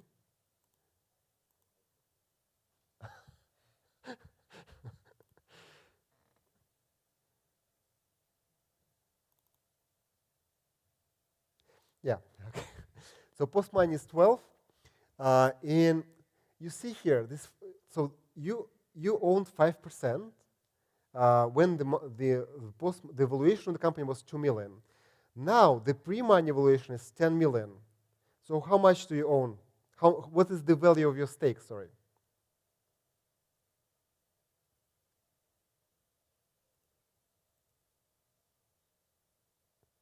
So you own 5%, but now the company is valued at 10 million. 500,000. So you had your 100,000 invested, and now if you attract your next funding at 10 million pre-money valuation, now already, you haven't sold yet, yeah, but your valuation is already 5 times, and it's now 500,000. And however, because the investors are coming and investing 2 million, you already you have your stake is now becoming smaller. Okay. Yeah. Okay. Now it works. It works. Hopefully. Okay. So how your stake is being calculated? I can show it to you. So now your valuation. So your valuation of your stake is 500,000, right? And this 500,000 is you divide it by 12 million new post-money valuation. It means that your stake now is 4.2 million, 4.2%. Hopefully you can follow that. You get it? So now the valuation of your 5% stake of pre-money is 500,000, right? And this is now 4.2% in the company. In cash on cash return is 5 times. You make like cash on cash is you made 500,000 based on your 100,000 investment. Okay, now in the 2 years time frame, there's another round B at 50 million valuation, and total round is 10 million. Post money is 60, which is fine, and your 4.2% is now like applied to this 50 million pre-money valuation. And your stake is 2.1 million. The value of stake of investor is 2.1 million. And this is 3.5% of the company. Do you get this logic, right? Okay. Nobody follows me already? I'm lost? You lost? Yeah? Okay. Hopefully some of you can understand that. And then again, now with 200 million valuation of round C, your 3.5% becomes 6.9 million. And then again, you get really, your stake goes down at least, okay, let's put here 50 million. It's probably incorrect. Yeah, this is more reasonable. So you get 2.8% in the company, which is like 6.9 million valuation. You already get 70% your investment, which is great. And finally, the company gets sold at $500 million. An investor who invested 100,000 6 years ago would get 14 million for their investment, which is 140 times, and based on the 2.8 stake in the company. So this is the way investor makes money from the 100,000. But now the founders initially, if they attract at 1.8 million valuation, it means that they own a value of 1.8 million. And the 200,000 goes to the outside investors, right? So they own 90% of the company after this initial round. And you see how they kind of get a bit wiped out. But in the end, at the 500 million valuation, they get as an exit value of 250 million. So of course we could continue that, and of course we can sell for 1 billion, hopefully, at this stage, and you have $500 million. So this is for you to understand that there's no way you can get such amount of money if you work as an employee, right? So, but at the beginning, you have all of this as paper. You don't have this as any value. You only have this as equity, potential value. And in case at some point, for example, Iridia fails at some later point in 5 years time frame, and this whole chip cannot be scaled, then you may not get anything. And this is very unfortunate. But in case it actually works, the reward will be something which you may not be able to get anywhere else. So that's the idea of getting into deep tech entrepreneurship and create actual value. And this is how it works. So the way you should think about that is that okay, we want to be a billion company. It means that we need to create a billion value. And now I'll get through my slides. Hopefully we'll get back to my slides. No. Yes? No?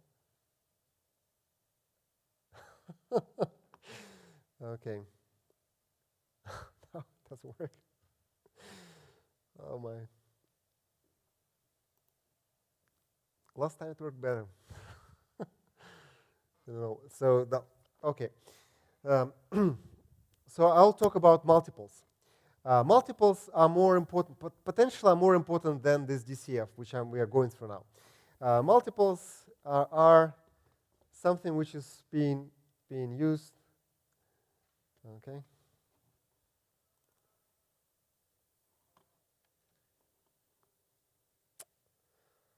Sorry for our technical problems here. It's connected.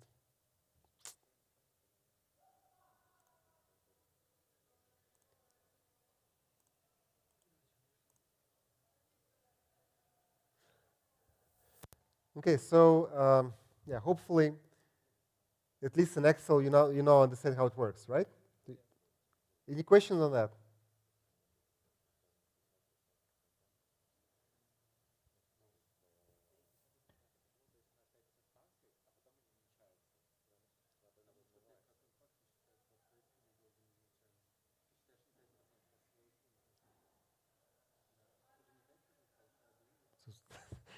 Does anybody understand what's here? I see questions here. Anybody like some further? Yeah, you understand? Okay, Paulina? Okay, good. Okay, perfect, great. Okay, so this is just for you to show, and you probably remember. I will show you this slide again today. You remember the deal terms, the average deal terms, which I showed you on the last lecture. That each round is normally a step up, a major step up in evaluation. So you will see exactly this. You remember this was like less than 10 million, then 10 million valuation, then 50 million. You saw this average deal terms, right, for each round last time. I will show you this slide again today.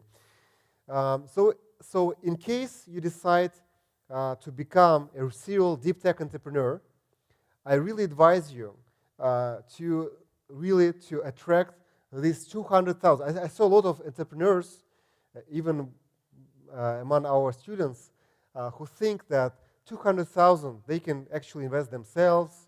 They have some relatives, or they they think that it's better not to sell this 10% to somebody who invests only 200,000. It works already. Mm-hmm. So please, in my view, it's better for you to attract this 200,000 from some relevant investors, ideally, because then you're already in this story. You're already in this game of venture capital investments. So now again, I heard questions here why the percentage is getting down here. So again, the way it's being calculated, this is very important for you to understand. So again, so this 5% in the 10 million company becomes 500,000, but then after the investment, you calculate your percentage from the new post-money valuation. So hopefully it's clear. And if you would invest pro rata, your initial pro rata, your percentage in the company, you would not get wiped out. So 5% from 10 million is 500,000, right?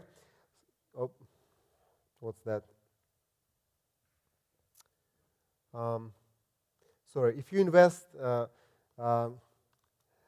proportionate of the round, so if you invest 5% of this 2 million, if you invest 5% of this 2 million, which is the total size of the round, you will not get wiped out. You will get exactly 5%.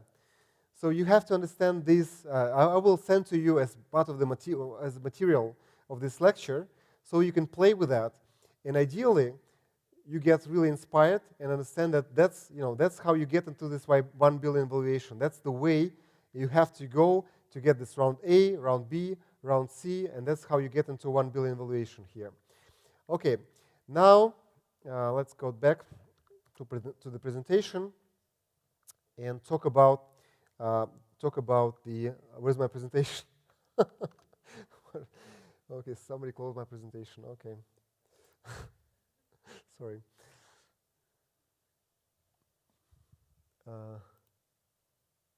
Oh, okay. Okay, fine. Um, so, now about multiples. Does anybody know multiples here? Anybody multiples?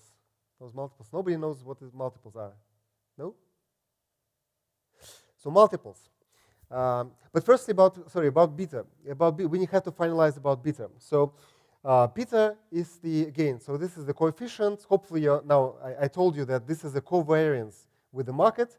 So in here, it shows you that, for example, utilities. Utilities, what is utilities? Is water, right? Water, gas, all of that. Almost, no correlation. So it just works. The market goes down, goes up, doesn't matter. So it's really a stable business, and it is a defensive stock, right? A defensive or kind of stable stock. It's if you expect the market to crash, you would invest into utilities, potentially retail, grocery and food, retail. It doesn't move with the market. Utility, water, autumn, whatever, power, utilities, etc. But you have 2 times railroads. For railroads, you have 2 times. Why? Why is beta so high for railroads? So why railroads would go down faster than the market?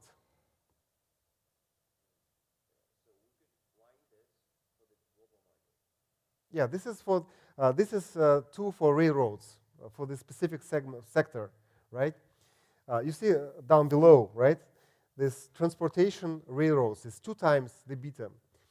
Okay, so if you know, so the idea is that in case of railroads, if the market is booming, then the freight is going up, and there's like railroads are really picking up faster than the market, the valuation of railroads.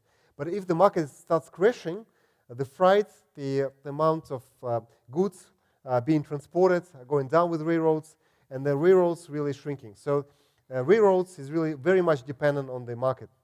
The same thing comes for computers, peripherals, for drugs, and for online retail, by the way. As you see here, the grocery and food retail will not change with the market. They don't care. You still buy food and retail and grocery. But in terms of retail, which is online retail, software, it's very correlated with the market. Okay. Yeah, so this is the idea of beta. Hopefully now you understand that. Yes?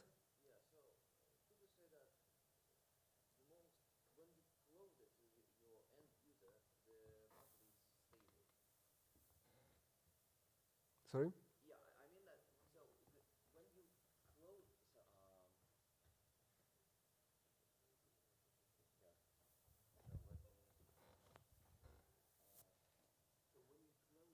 To your end user, so the market is stable. Well, When you provide it. no, I think it would be yes. So it's something essential. People cannot live without that. Yes, then of course you're more sustainable and more stable. So they will choose to buy more food, kind of not do some entertainment, whatever. So B2C is stable than the B2B. yeah. Okay, but what is important here is that if you are like traders in kind of in public equity stocks, then of course if you expect the market really to crash, you will invest in some defensive stock. That's kind of the intuition of beta. What is beta? And of course, investors would come, and one of the typical pitch for those who trade on the market, on public stock exchanges, they would say they are providing alpha, not beta. This is the kind of you will see a lot of discussions like that. And alpha is kind of independent from the market moves, and we are finding those companies and those specifics of the companies which will drive the value of these companies with no regard to the market. So it doesn't matter if the market is crashing. Actually, for example, we ourselves and my funds, of course, we're selling alpha. We're saying that we're investing into some drug companies which will go through clinical trials. It doesn't matter what market will crash or not. People will still consume drugs, and in case it goes through clinical trial, phase 1, phase 2, phase 3, the valuation will go up. It doesn't matter what the market will, it's totally uncorrelated with the market. That's kind of the pitch. It's called alpha. So it's kind of micro, like the specifics of this particular company, not even industry or market overall. It's about this particular company. And then all the indexes, if you're investing into index, it's always about beta investing.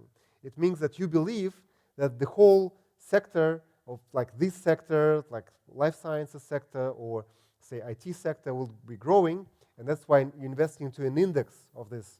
And you're not investing into specific companies because you don't expect yourself to be proficient enough and professional enough to find companies which are not appropriately valued by the professional investors. And you find some alpha, which other investors are not seeing. Okay, so this is the intuition of beta and alpha. Alpha is just for you to know that because there are a lot of discussions. I'm selling alpha, I'm not selling beta, and then beta investments. Okay, now the multiples. Multiples is the second way how you evaluate companies. And multiples works very straightforward. So in a very straightforward fashion. So multiple is normally enterprise value. EV is enterprise value to sales. And if enterprise value to sales is, say, 9 times, like here, like green renewable energy. So it means that if you create a business with 100 million of sales, then the valuation of company would be what? 890 million, right? 890 million. So this is a multiple. And this multiple applies to specific industry. So here you see here some numbers in, for example, you see coal, for example. Coal is not in favor. Like you have 100 million of sales, and this will be only 74 million value. And then retail and grocery and food is 0.39. So you create a huge business in grocery retail. You have network, and you make billion of sales. It's still 390 million valuation. And why so? Because these multiples are reflecting the 3 things: the growth potential, the profitability, and sustainability of your company. This is all reflected in just one figure, this multiple, either enterprise value to sales or enterprise value to EBITDA.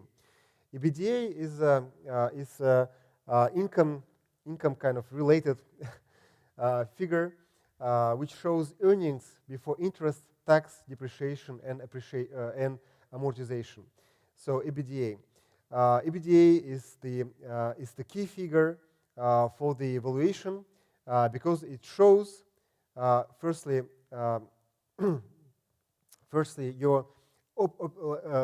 your income from your operations, not just income from anything, from non-recurrent income.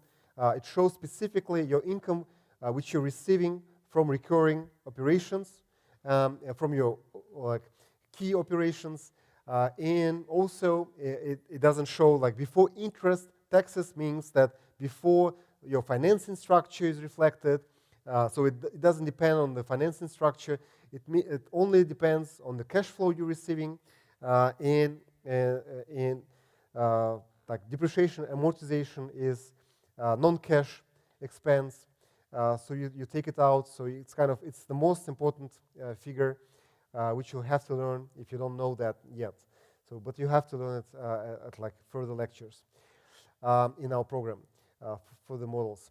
So now these multiples are very important. So if you want to create valuable business, you try and pick the most hot, the hottest industry. At least you try to position yourself as part of the hottest industry, which investors are really kind of valuing higher than any other industry. Here is an example. These are companies which are all essentially either they're all railroad-related companies. And you see here these are EV to EBITDA on the left. You see here. So on this vertical axis, and then on the horizontal axis, we have here the growth and the profitability. Remember that these are 2 things which drive the value. And you see here this is a group of companies which have the highest multiples, EV to EBITDA, of 20 times EV to EBITDA, like more than 10 times EV to EBITDA. And then they're also here, you see here. So these are kind of essentially similar groups. So what this chart shows to you, that in this freight kind of industry, transport industry, kind of commercial vehicles industry, whatever, you see that there are three groups of companies. Some of them are rail freight, this green kind of circle. Then you have this trucking with trucks, and you see that they are here. And then there's a freight management companies. And if you reposition yourself as a freight management company, not as you may be a railroad company, you may be a trucking company, kind of, but you have to analyze what is being valued by the investors more, and you have to change your. It's not that you kind of you would be lying to your investors, saying that, well, we are a freight management company. It means that you have to change and you have to become an actual freight management company, not like expedition company, not that you're saying that, claiming that, and using buzzwords. We are an AI company or something like that. It means that you have to change yourself and to become an AI-driven company in order to raise your valuation. And this is very important because some of the entrepreneurs would say we are conservative. We think that AI is just buzzword, will not apply to my business. I'm doing kind of whatever IT company.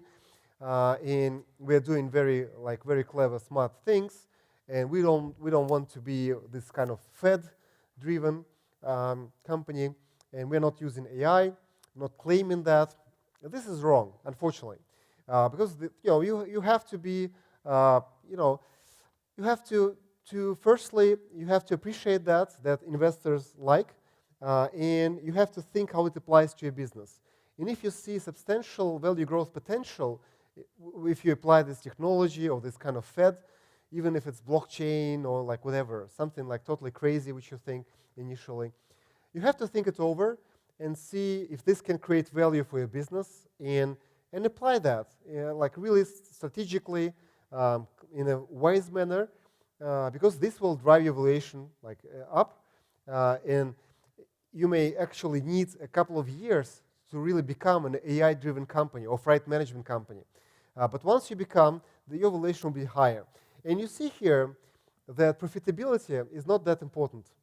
More important is growth. In this particular industry, you see that the investors are really giving more value and more attention to your growth potential than your profitability. So based on this chart, you will say, okay, for the next couple of years, I will compromise on the profitability, and I will like really invest a lot into our growth. It means I have to attract more funding, I have to give some discounts, anything like that. So, but I have to kind of really get into this growth and show that I am with these guys who are in the upper edge, in the upper side of this chart, like on the left. So yeah, so this hopefully you understand now how you have to really fundamentally reposition, not just reposition with buzzwords, but really fundamentally change your company to become more valuable. And there's no kind of mystery behind this kind of figures, behind these multiples. It feels like that these are crazy numbers, 8 times. Why but they tend to be somehow somehow close to the average. So because the sector itself is normally have similar profitability within the sector and similar growth potential as a sector.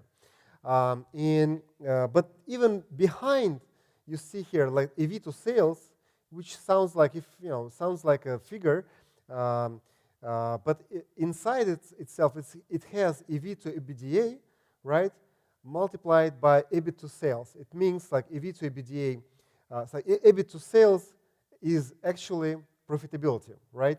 So it's your profitability margin. So within this EV to sales multiple, inside it you have already profitability and you have growth potential here as well. So inside these multiples, even though they seem to be kind of a much more unusual way how you calculate. It sounds like more scientific way would be to make this like full-blown model with all these cash flows, with all assumptions, with all these cash flows for say 20 years ahead, and then you calculate it, make your kind of clever estimates of the rate of return on discount rates, etc.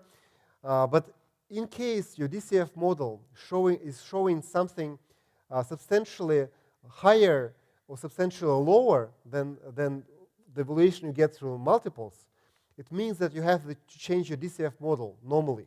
Because it's very hard to explain why your kind of financial model in Excel spreadsheet with all of these whatever sheets and all of these charts, if it produces a value which is substantially higher than the valuation based on multiples, you will have to explain that, and it's really hard to explain that. It's much easier to explain that that you're in line generally with the multiples. So, in my view, it's best to start with the multiples and then really and then drive your DCF model and check that your DCF model is appropriate and shows exactly the same as your multiples. So multiples are actually more important. Okay, and now, in this chart, you probably saw this chart. Okay, this chart which I showed last time was the showing the typical terms and showing that that in seed round you have this, say, like 2 million valuation, etc. So, okay. Okay.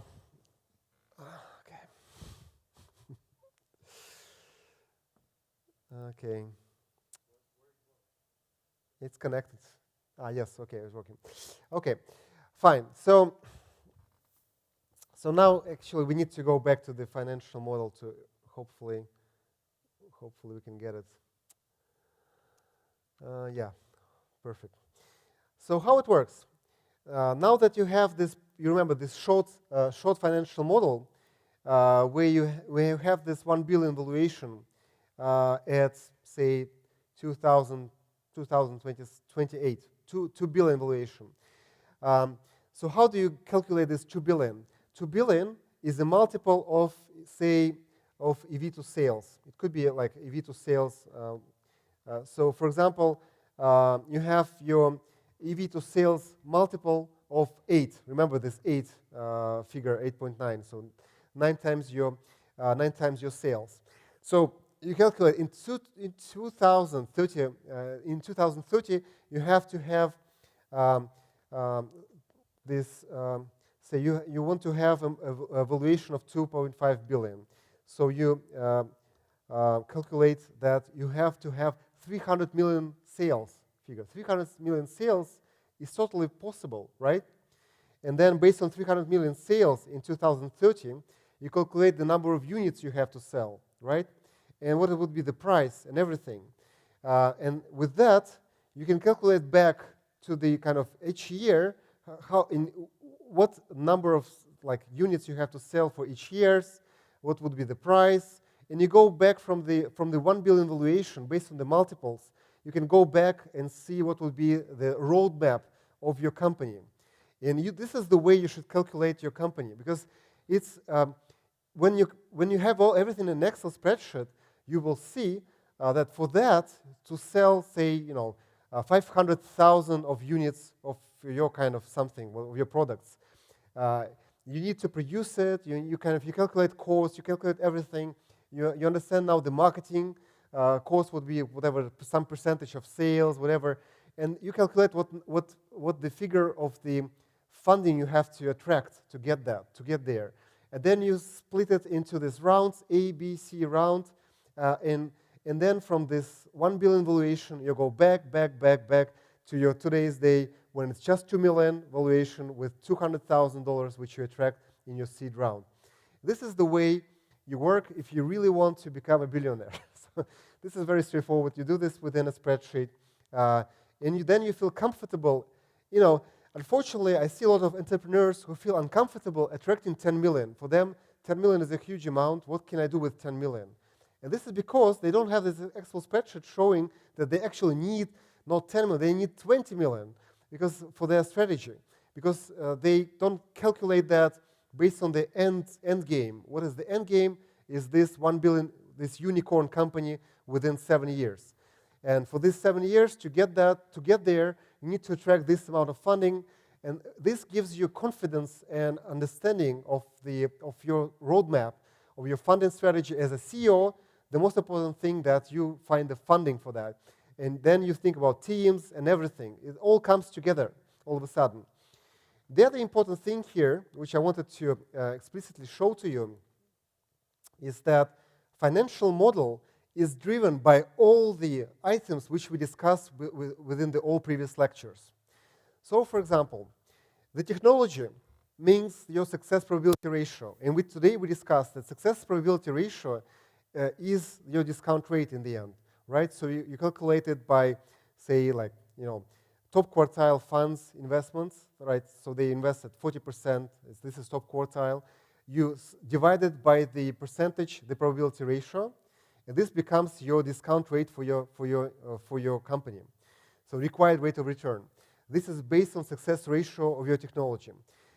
Then in the first lecture, we discussed that you have to evaluate the budgets for you to get into the market.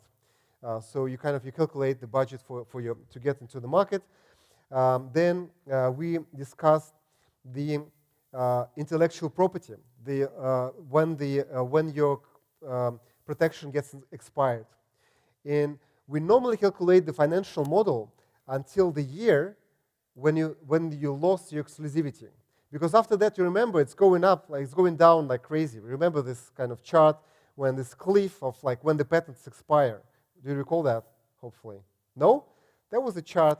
I was showing you the chart that, that once the patents expire, the sales, it fell like 90%. Actually, the chart was like 70%. But anyway, it's really, you normally, in your financial model, you stop at the loss of exclusivity date. And finally, you remember my last, the previous lecture was also about the market. So how you calculate this, the price, the units, and then you get this the share in the market. So everything is reflected in your financial model. All of the items which we went through in our previous lectures, they are all used and reflected in this financial model, which is just one chart, just one spreadsheet, right? There's no kind of lot of spreadsheets, nothing like that. And then, based on that, you estimate the rounds which you have to attract. And here you see here round B, and then round C, actually here, and then a potential M&A scenario, IPO scenario, etc. So basically, this financial model reflects all of the fundamentals of your company, and then your funding strategy, and finally your exit strategy. Okay, so this is for the financial model, and hopefully now I will share this Iridia model as well, just for you to look at. Unfortunately, we don't have time to look through that. It takes 3 hours to create that model, just 3 hours. Like it's not like months or weeks. Just you will within 3 hours you normally should have a financial model of your company easily. And then of course our sweet dream chart. Sweet dream. Where's the sweet dream? Excel spreadsheet, not here. Okay. Anyway, no, I will show it to you again. Sweet dreams. Sweet dreams, okay. Okay, whatever. Yeah, so sweet dreams chart. So here you will play with the chart and see how you become a billionaire, at what valuation, how it works. It's very easy. So firstly, play with this chart, and then based on this chart, you can create your financial model fully with all of these figures here. Okay, finally.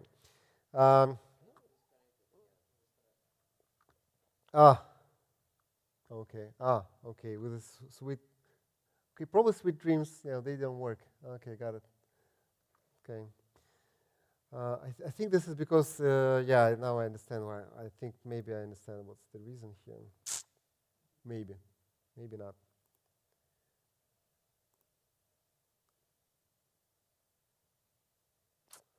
Too bad. Okay, so to finalize, the key questions on the financial model which investors are asking. Firstly, and hopefully at some point, hopefully, probably not.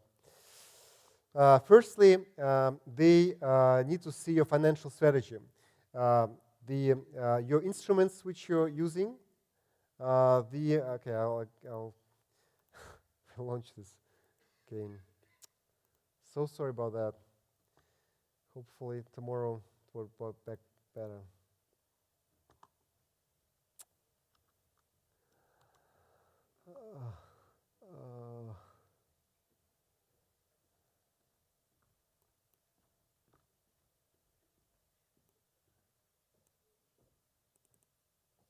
I know what's the reason now. That's sad. Okay. It's not these guys, it's me. I use the, yeah, it's just me, it's my problem. So I use like something like really crazy here with this windows here, so it didn't work. Okay, fine, got it. So hopefully tomorrow it will work appropriately. Okay, so now the key questions of the investor. So financial strategies. So they will check if the round sizes, so this kind of, you remember the Sweet Dreams small spreadsheet, if this is reasonable, they will check that, your A round, B round, C round, if it all seems feasible, the investors are normally not making diligence of your model. They normally do their own model. But, however, they may ask you for your projections of top line. I mean, it means the revenues, of units, anything like that. But normally they would create their own financial model. They will also check how you understand the milestones which you need to get to through each of these funding, through each of these rounds. And they will check that the round size, and this is the most important thing, by the way, from the investors, that each size of the round is enough to get to the next milestone. You definitely don't want to provide whatever 10 million, which is kind of a large amount. But then if it's somewhere in the middle and you're not reaching the next milestone and the next inflection point, this is then a problem. And they really want you to get to the next inflection point with each round. So you need to understand your milestones, how they will drive your value, and how they strategically change the positioning of your company and the potential of your company. Of course, they will do the evaluation, their scenarios for the exit. Another question, which is very important, I don't know why, but many entrepreneurs, when they ask, what is your exit strategy? And they say, well, I don't want to exit. This is my great company. I love this company. I want to work with it forever. It is the worst answer you can get unfortunately, from a fund. I know that some of you really love your companies, but you will not get venture funding if you answer in the way that you would never sell your company. We want to create a multi-billion or whatever, like hundreds of billions company. This doesn't work. The venture capital want to understand that they are aligned with you, that you expect to sell your company or go public within 5 to 7 horizon of so similar to their horizon of their investment.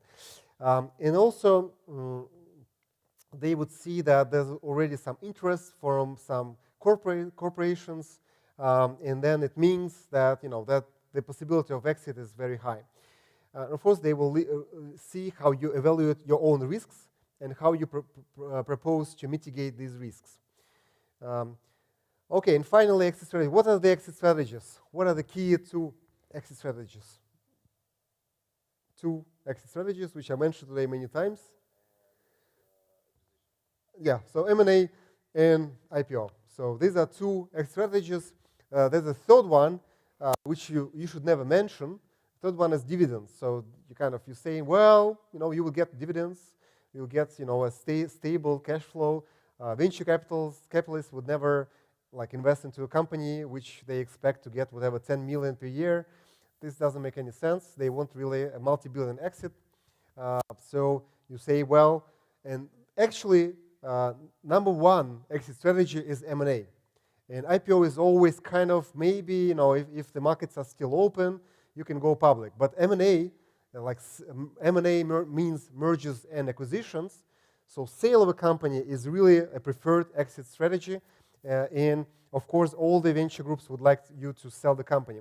This is a very important slide showing that you, if at some point, you are really a large company at some point, like a billion worth company.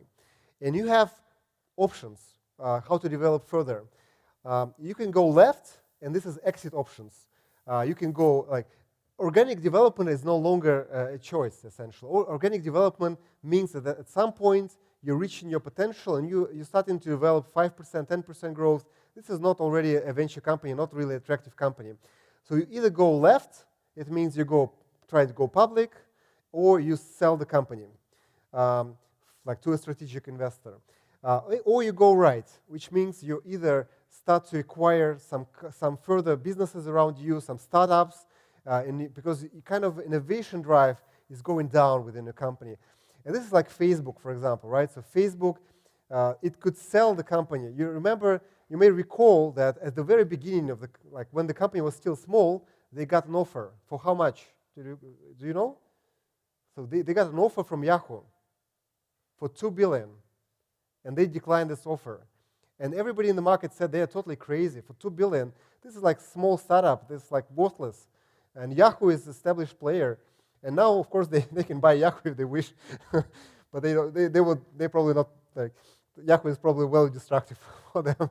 And they're Facebook is now acquiring more and more innovative companies because they're struggling with innovation within itself. And of course, potentially you can make a transformational M&A. So you kind of a company like Kaspersky, for example, and you may make a merger with some international group so that you can better, for example, access international markets because of all this geopolitics or anything. So you kind of merge with somebody who is established in the US or in Europe. So this is kind of the potential options, how you can, in the end, decide as a founder of a multi-billion company. Hopefully we get to this point. If you go public, then you have to go through all of these investors. It's a funny process called roadshow, and you go, like, you have 50 meetings during 5 days, like 20 days, like 20 meetings a day or 10 meetings a day. You meet for half an hour. You present the company, and it's really tough time for you. But then all of a sudden you're a public company, with a multi-billion valuation. This example of a real company, of a real IPO, and the number of investors they went through in London, Moscow, Stockholm, Helsinki, Frankfurt, Zurich. And of course, there are like road shows which are much larger. And finally, the M&A. So this is the final story for today, how to make an exit. What is the most important success factor for selling your company? How do you think? No, yes, the success factor is a result, yes, the valuation, right, that's correct. But from the process side, how do you increase the valuation and get the most valuation you can get for your company? From the process side? Okay, that's very straightforward. I think you already sleeping there. Okay. So to increase competitive pressure, that's the only reason. So I'm a former investment banker. I worked for almost 10 years as an investment banker, and we were having a company which only had one potential acquirer, but we ran a full process. We sent letters that the company is being sold to everybody. There was only, unfortunately, the company was not really attractive, and there was only one acquirer. And they called me. I was, I think, was analyst or associate, this kind of a low-level investment banker. And they asked me, we want to meet your company. I said, okay, fine. And they said, well, can we meet them on Tuesday at 10 a.m.? So what was my answer? Of course not. Of course not. We have all these meetings stacked up. Yeah, we can meet you on Thursday. Yeah, but at 3 p.m. But we cannot meet you at 10 a.m. on Tuesday.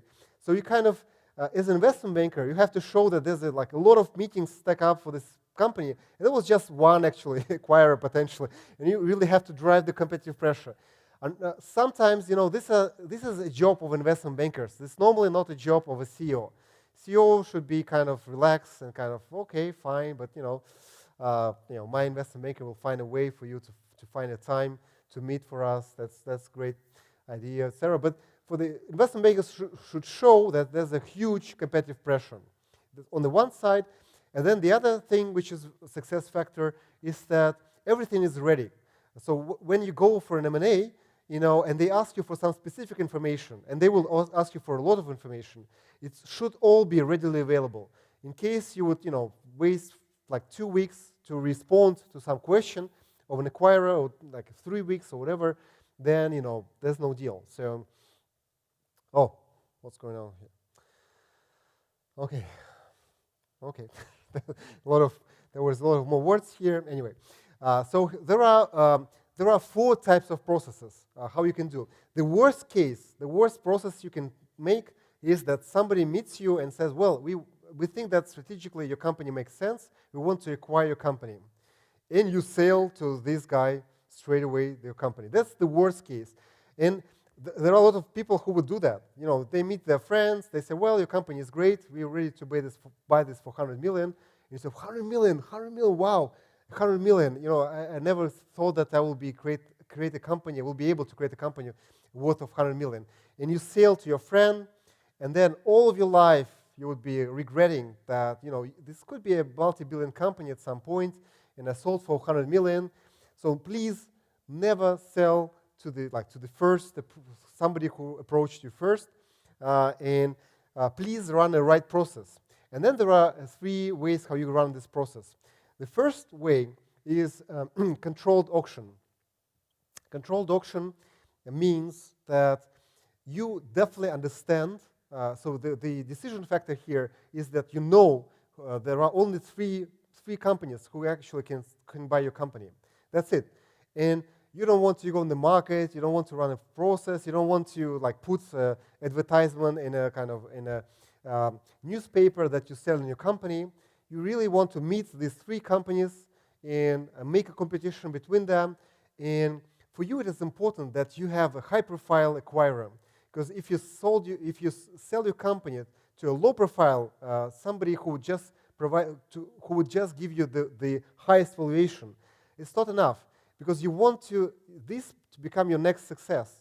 This sale, you would sell it to somebody really high-profile acquirer. This means that your business is really high profile as well. And you can create your second company, which would be kind of high profile too.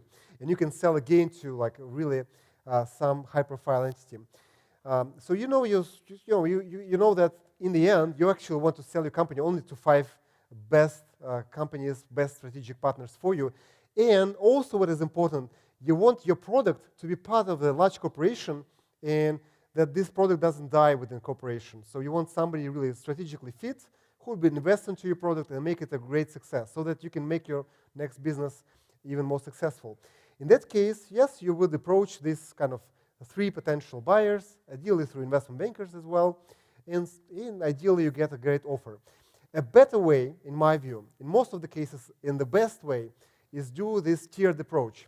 So tier 1, these 3-5 companies, and tier 2, tier 3, who you would approach, but that's the only reason why you approach them is just to get leverage within the negotiation with tier 1 acquirers. So, for example, you get some absolutely crazy offer from a totally irrelevant acquirer. But then, with this offer, you can get to tier 1 acquirers and say that, well, I get an offer already, so guys, you have to move faster. I know that you have your procedures, but I have already an offer. And in case you don't have an offer, I told you that venture capital is like poker, but you don't bluff here. If you bluff and saying you have an offer, but you actually don't have an offer, this is really, it's really impossible that you hide this information. Everybody would know that you don't have any offer, actually. So if you bluff, you should still have something in your hands. So if you have an offer, a high-value offer, but probably at less relevant acquirer, that's fine. But you can say to your tier 1 strategic partners, you can say to them that, yeah, you have an offer already, and you probably have 3 offers. If you have 3 offers which are potentially totally irrelevant, that's fine, but you cannot lie. You can bluff, but you cannot lie. If you lie, then you will at some point in long term or even mid-term, you will fail. But you can still, if you have an offer, you can mention that for sure. And here, I think this is the best way. So you have some less confidentiality. Everybody in the market will know that you're for sale in the end.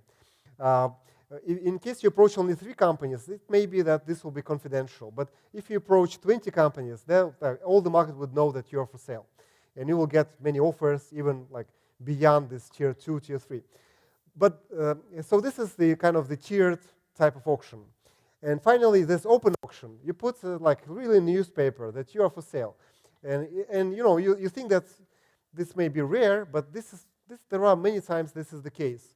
For example, I don't know if you heard Rolf, Rolf company. This is the best Russian dealership, the greatest dealership in Russia. Unfortunately, okay, doesn't matter. So they actually wrote in newspaper. I know the founder of the company. This is the great personality, super efficient company, international integrated, amazing. And they had to put on paper, like a newspaper, that they essentially considering strategic options for sale of the company. So this is not the best way. So this is obviously not confidential. Everybody knows that. And then people think that you are distressed. So if you're putting this on a newspaper, it means that you're ready to sell it for anything, just for anything, because somehow you have to sell it as quick as possible. So this is the potential sale processes. Please hire investment bankers. Please use their advice. Please give them the role of the guys who would be kind of bluffing around, saying, well, we have an offer already, kind of, they will push in. It's probably, they will do better than you probably. And finally, this is the last slide. Oh no. Okay. Okay, this was great animation. Anyway, we went through that. And finally, the documentation which you need. The documentation is there's a lot of, so you have to have all your documentation ready once you start the process. And sometimes you need 2 months to prepare for mergers and acquisitions. And you have to have all of these documents ready ahead of the start of the process. So you have to have your teaser, your information memorandum ready. It cannot be the case that you send the teaser and then somebody say, well, can you send to me some like more in-depth information? You say, well, we're kind of preparing that. We'll send to you in a month or so. It doesn't work like that. You have to send over information memorandum, which would be a very detailed memorandum, very quickly. And then you have to have another thing, the non-disclosure agreement. Normally, the potential corporation would ask that you sign their form of the NDA. And what would you do? What you normally should do? You sign your form of the NDA. And why?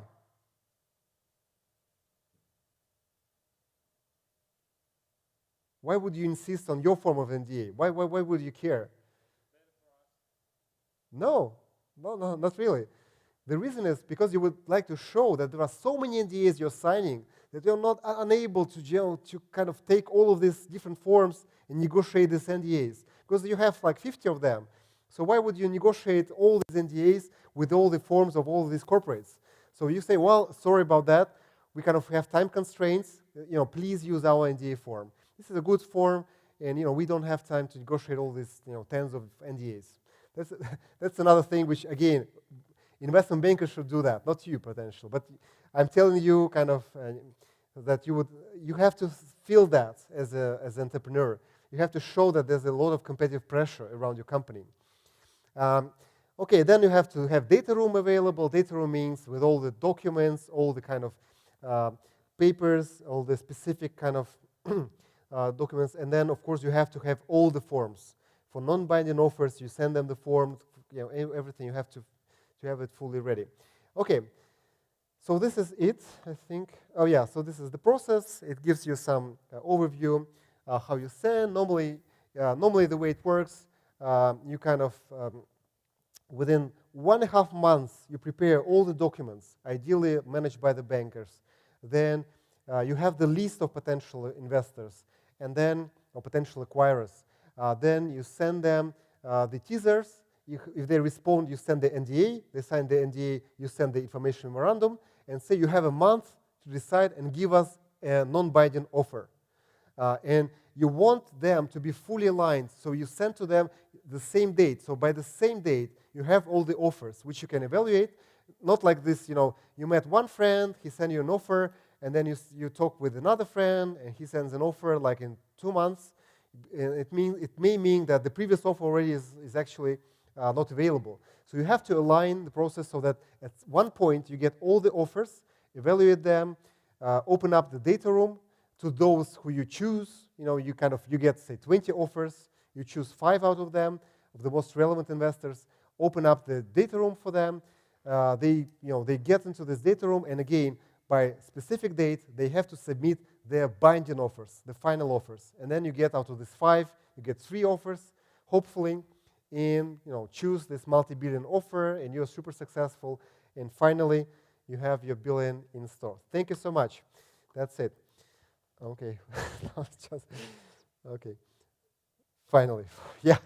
Finally. Thank you so much. Thank you for today's session. And hopefully now you at least feel that you can be a billionaire in an Excel spreadsheet. Thank you.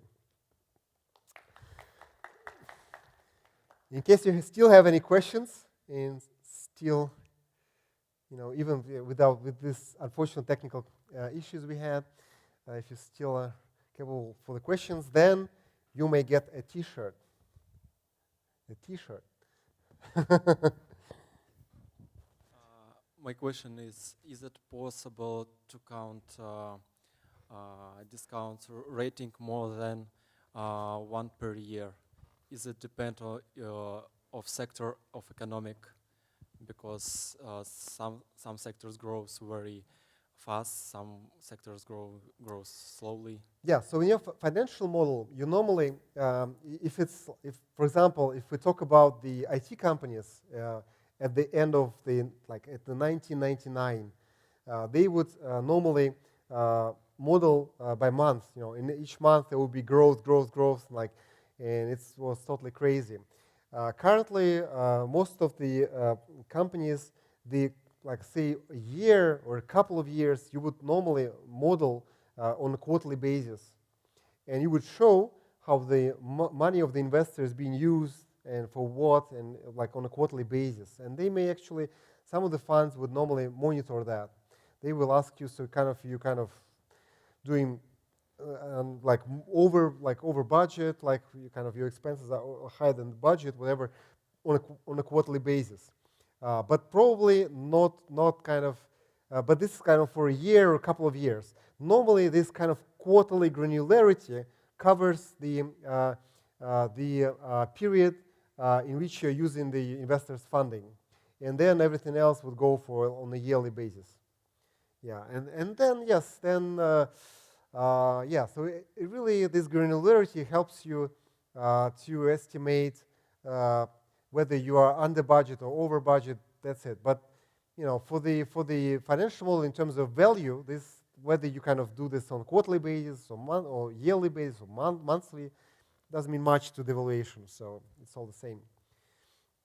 So yeah, so it can grow faster than that, but it will not drive your valuation. So in the end, the valuation, generally speaking, your value is all in the future. So that in 5 years from now, in 10 years from now, then the value. Here at the beginning, why you have this granularity, because you have to manage your expenses. It's not about value. And why investors use often EBITDA? Because if their aim is to get profit, because taxes growth is sometimes high, like EBITDA and amortization too. Yeah, so that's a good question, but yeah, so they are using multiple EBITDA, EV to EBITDA. Yes, that's true. But in terms of the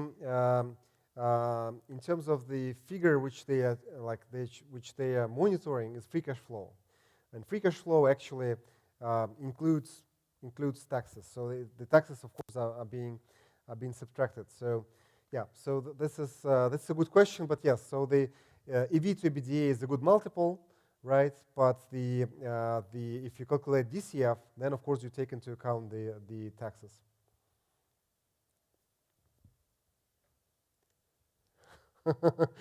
And the winner is.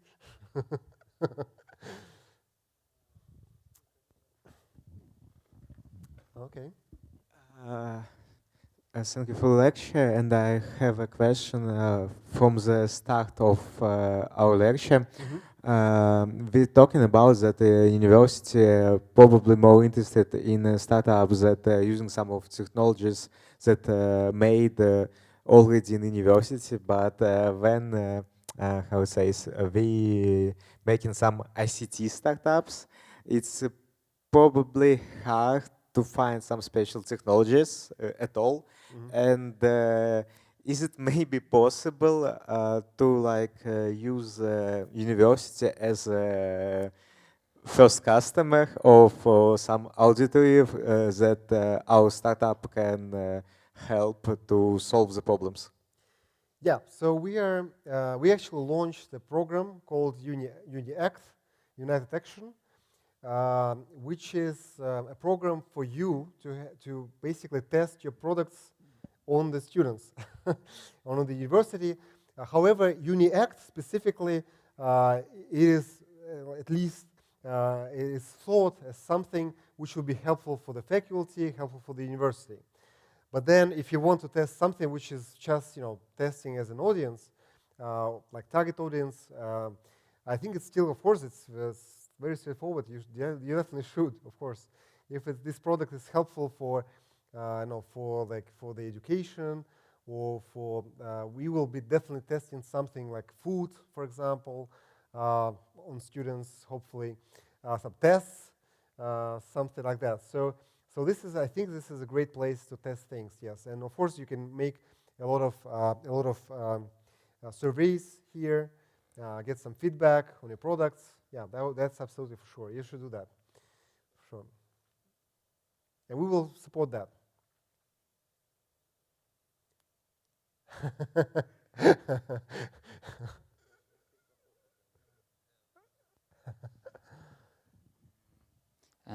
What are the best venture capitals in Russia?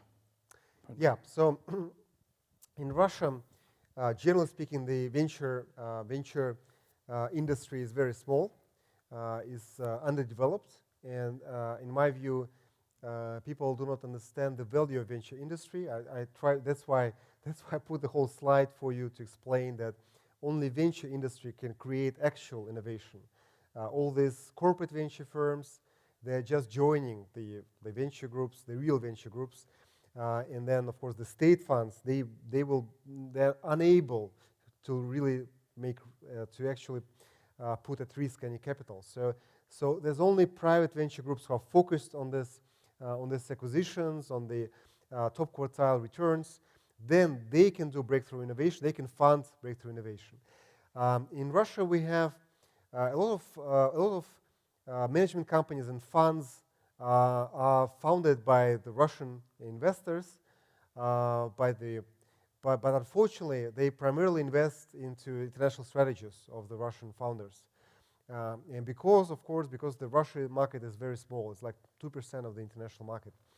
And I showed you the value of Russia, like on the global capitalization chart. Russia is generally quite small, and that's very unfortunate.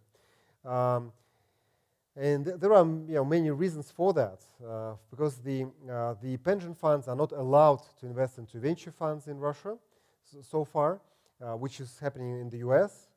Like a lot of venture groups have been funded by pension funds.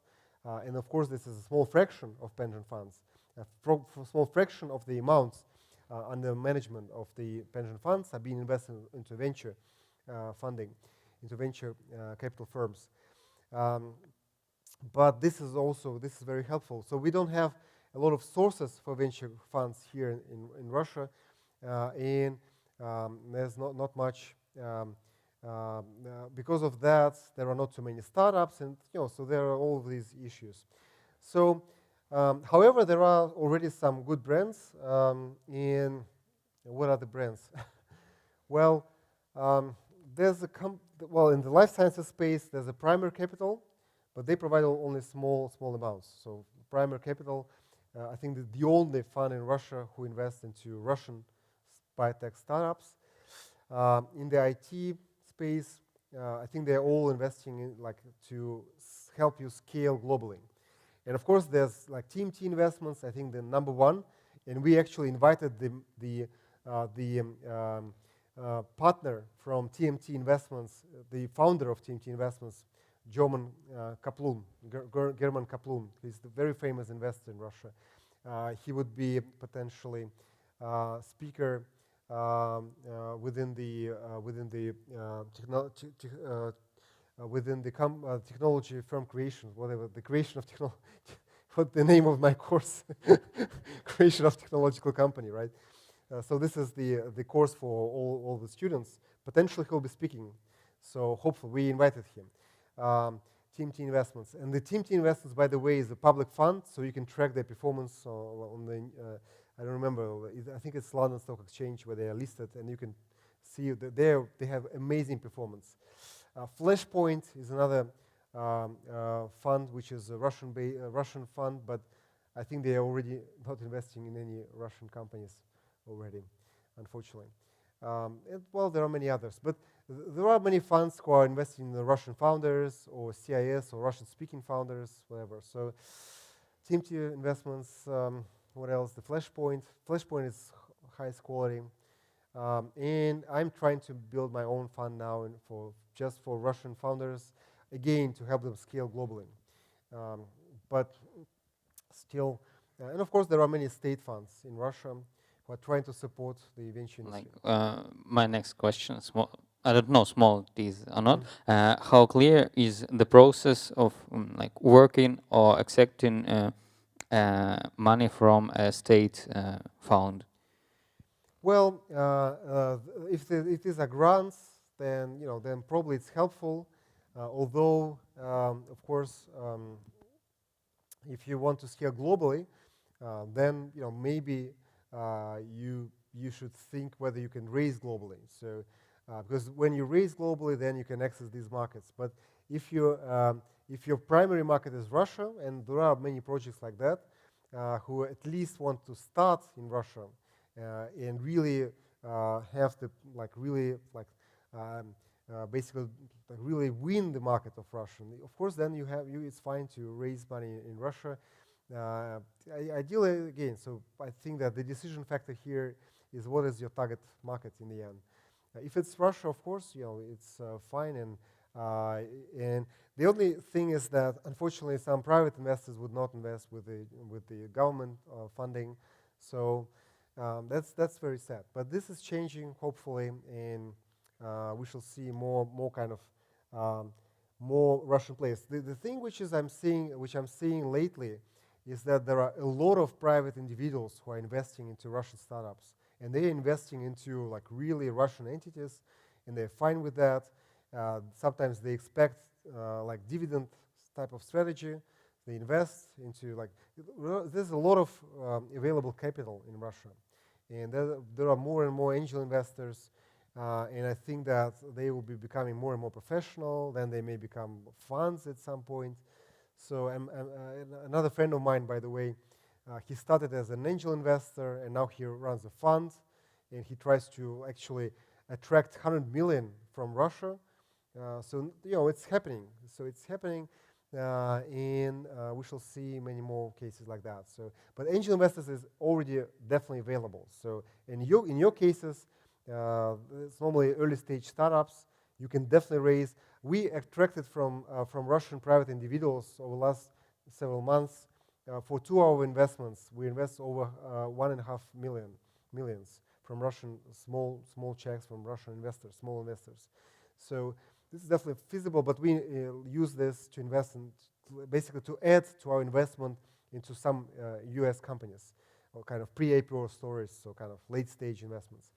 but I'm pretty sure that they can invest into early stage as well, and they do that. And I've seen a lot of cases raising 500,000, like $1 million or so, from this small 25,000 kind of level investors. So that's definitely happening now in Russia. So you can get this seed funding easily. And this is definitely, if it's just private individuals, this is normally fine, and you can attract further private funding from more professional institutional funds. So this would not be kind of an issue. Thanks. Oh, I see that.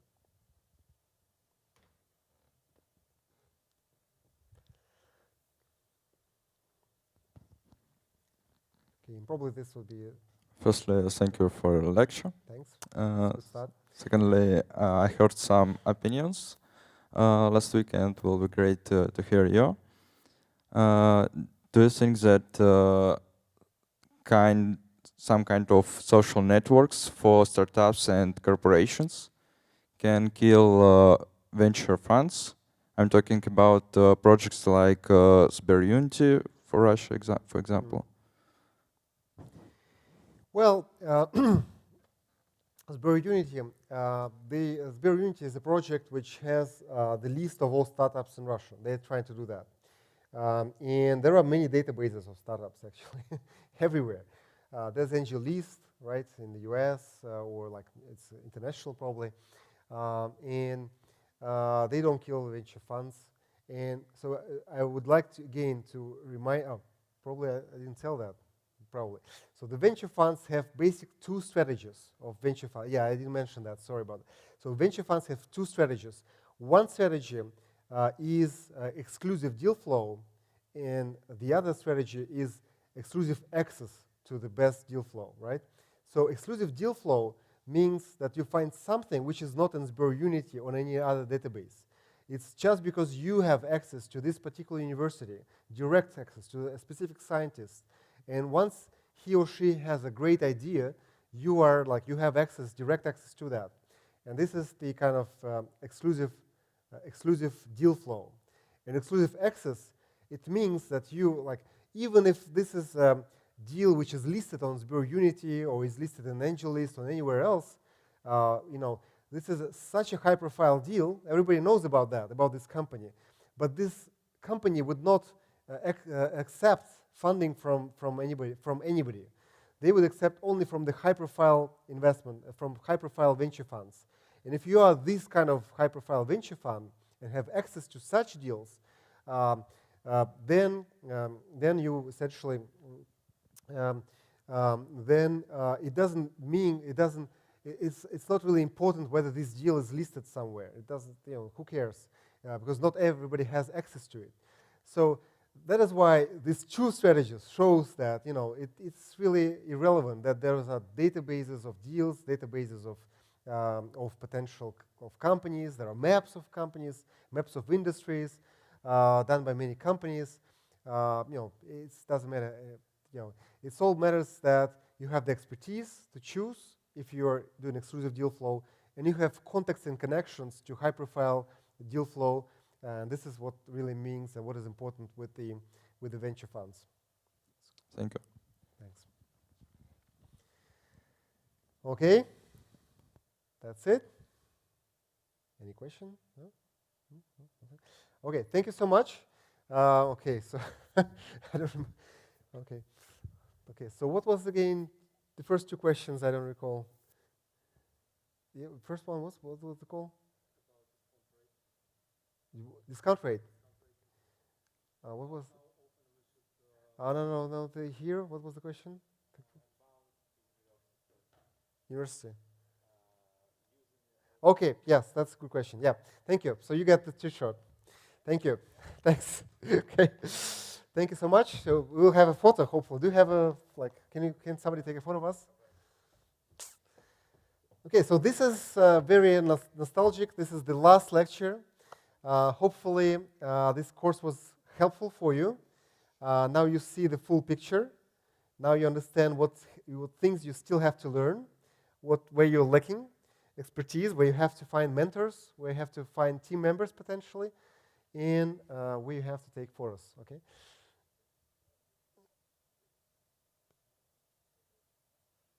Okay, thank you. Thank you so much. Thank you so much, and stay with the program, and you will learn everything like more in depth during this great program. Thank you so much.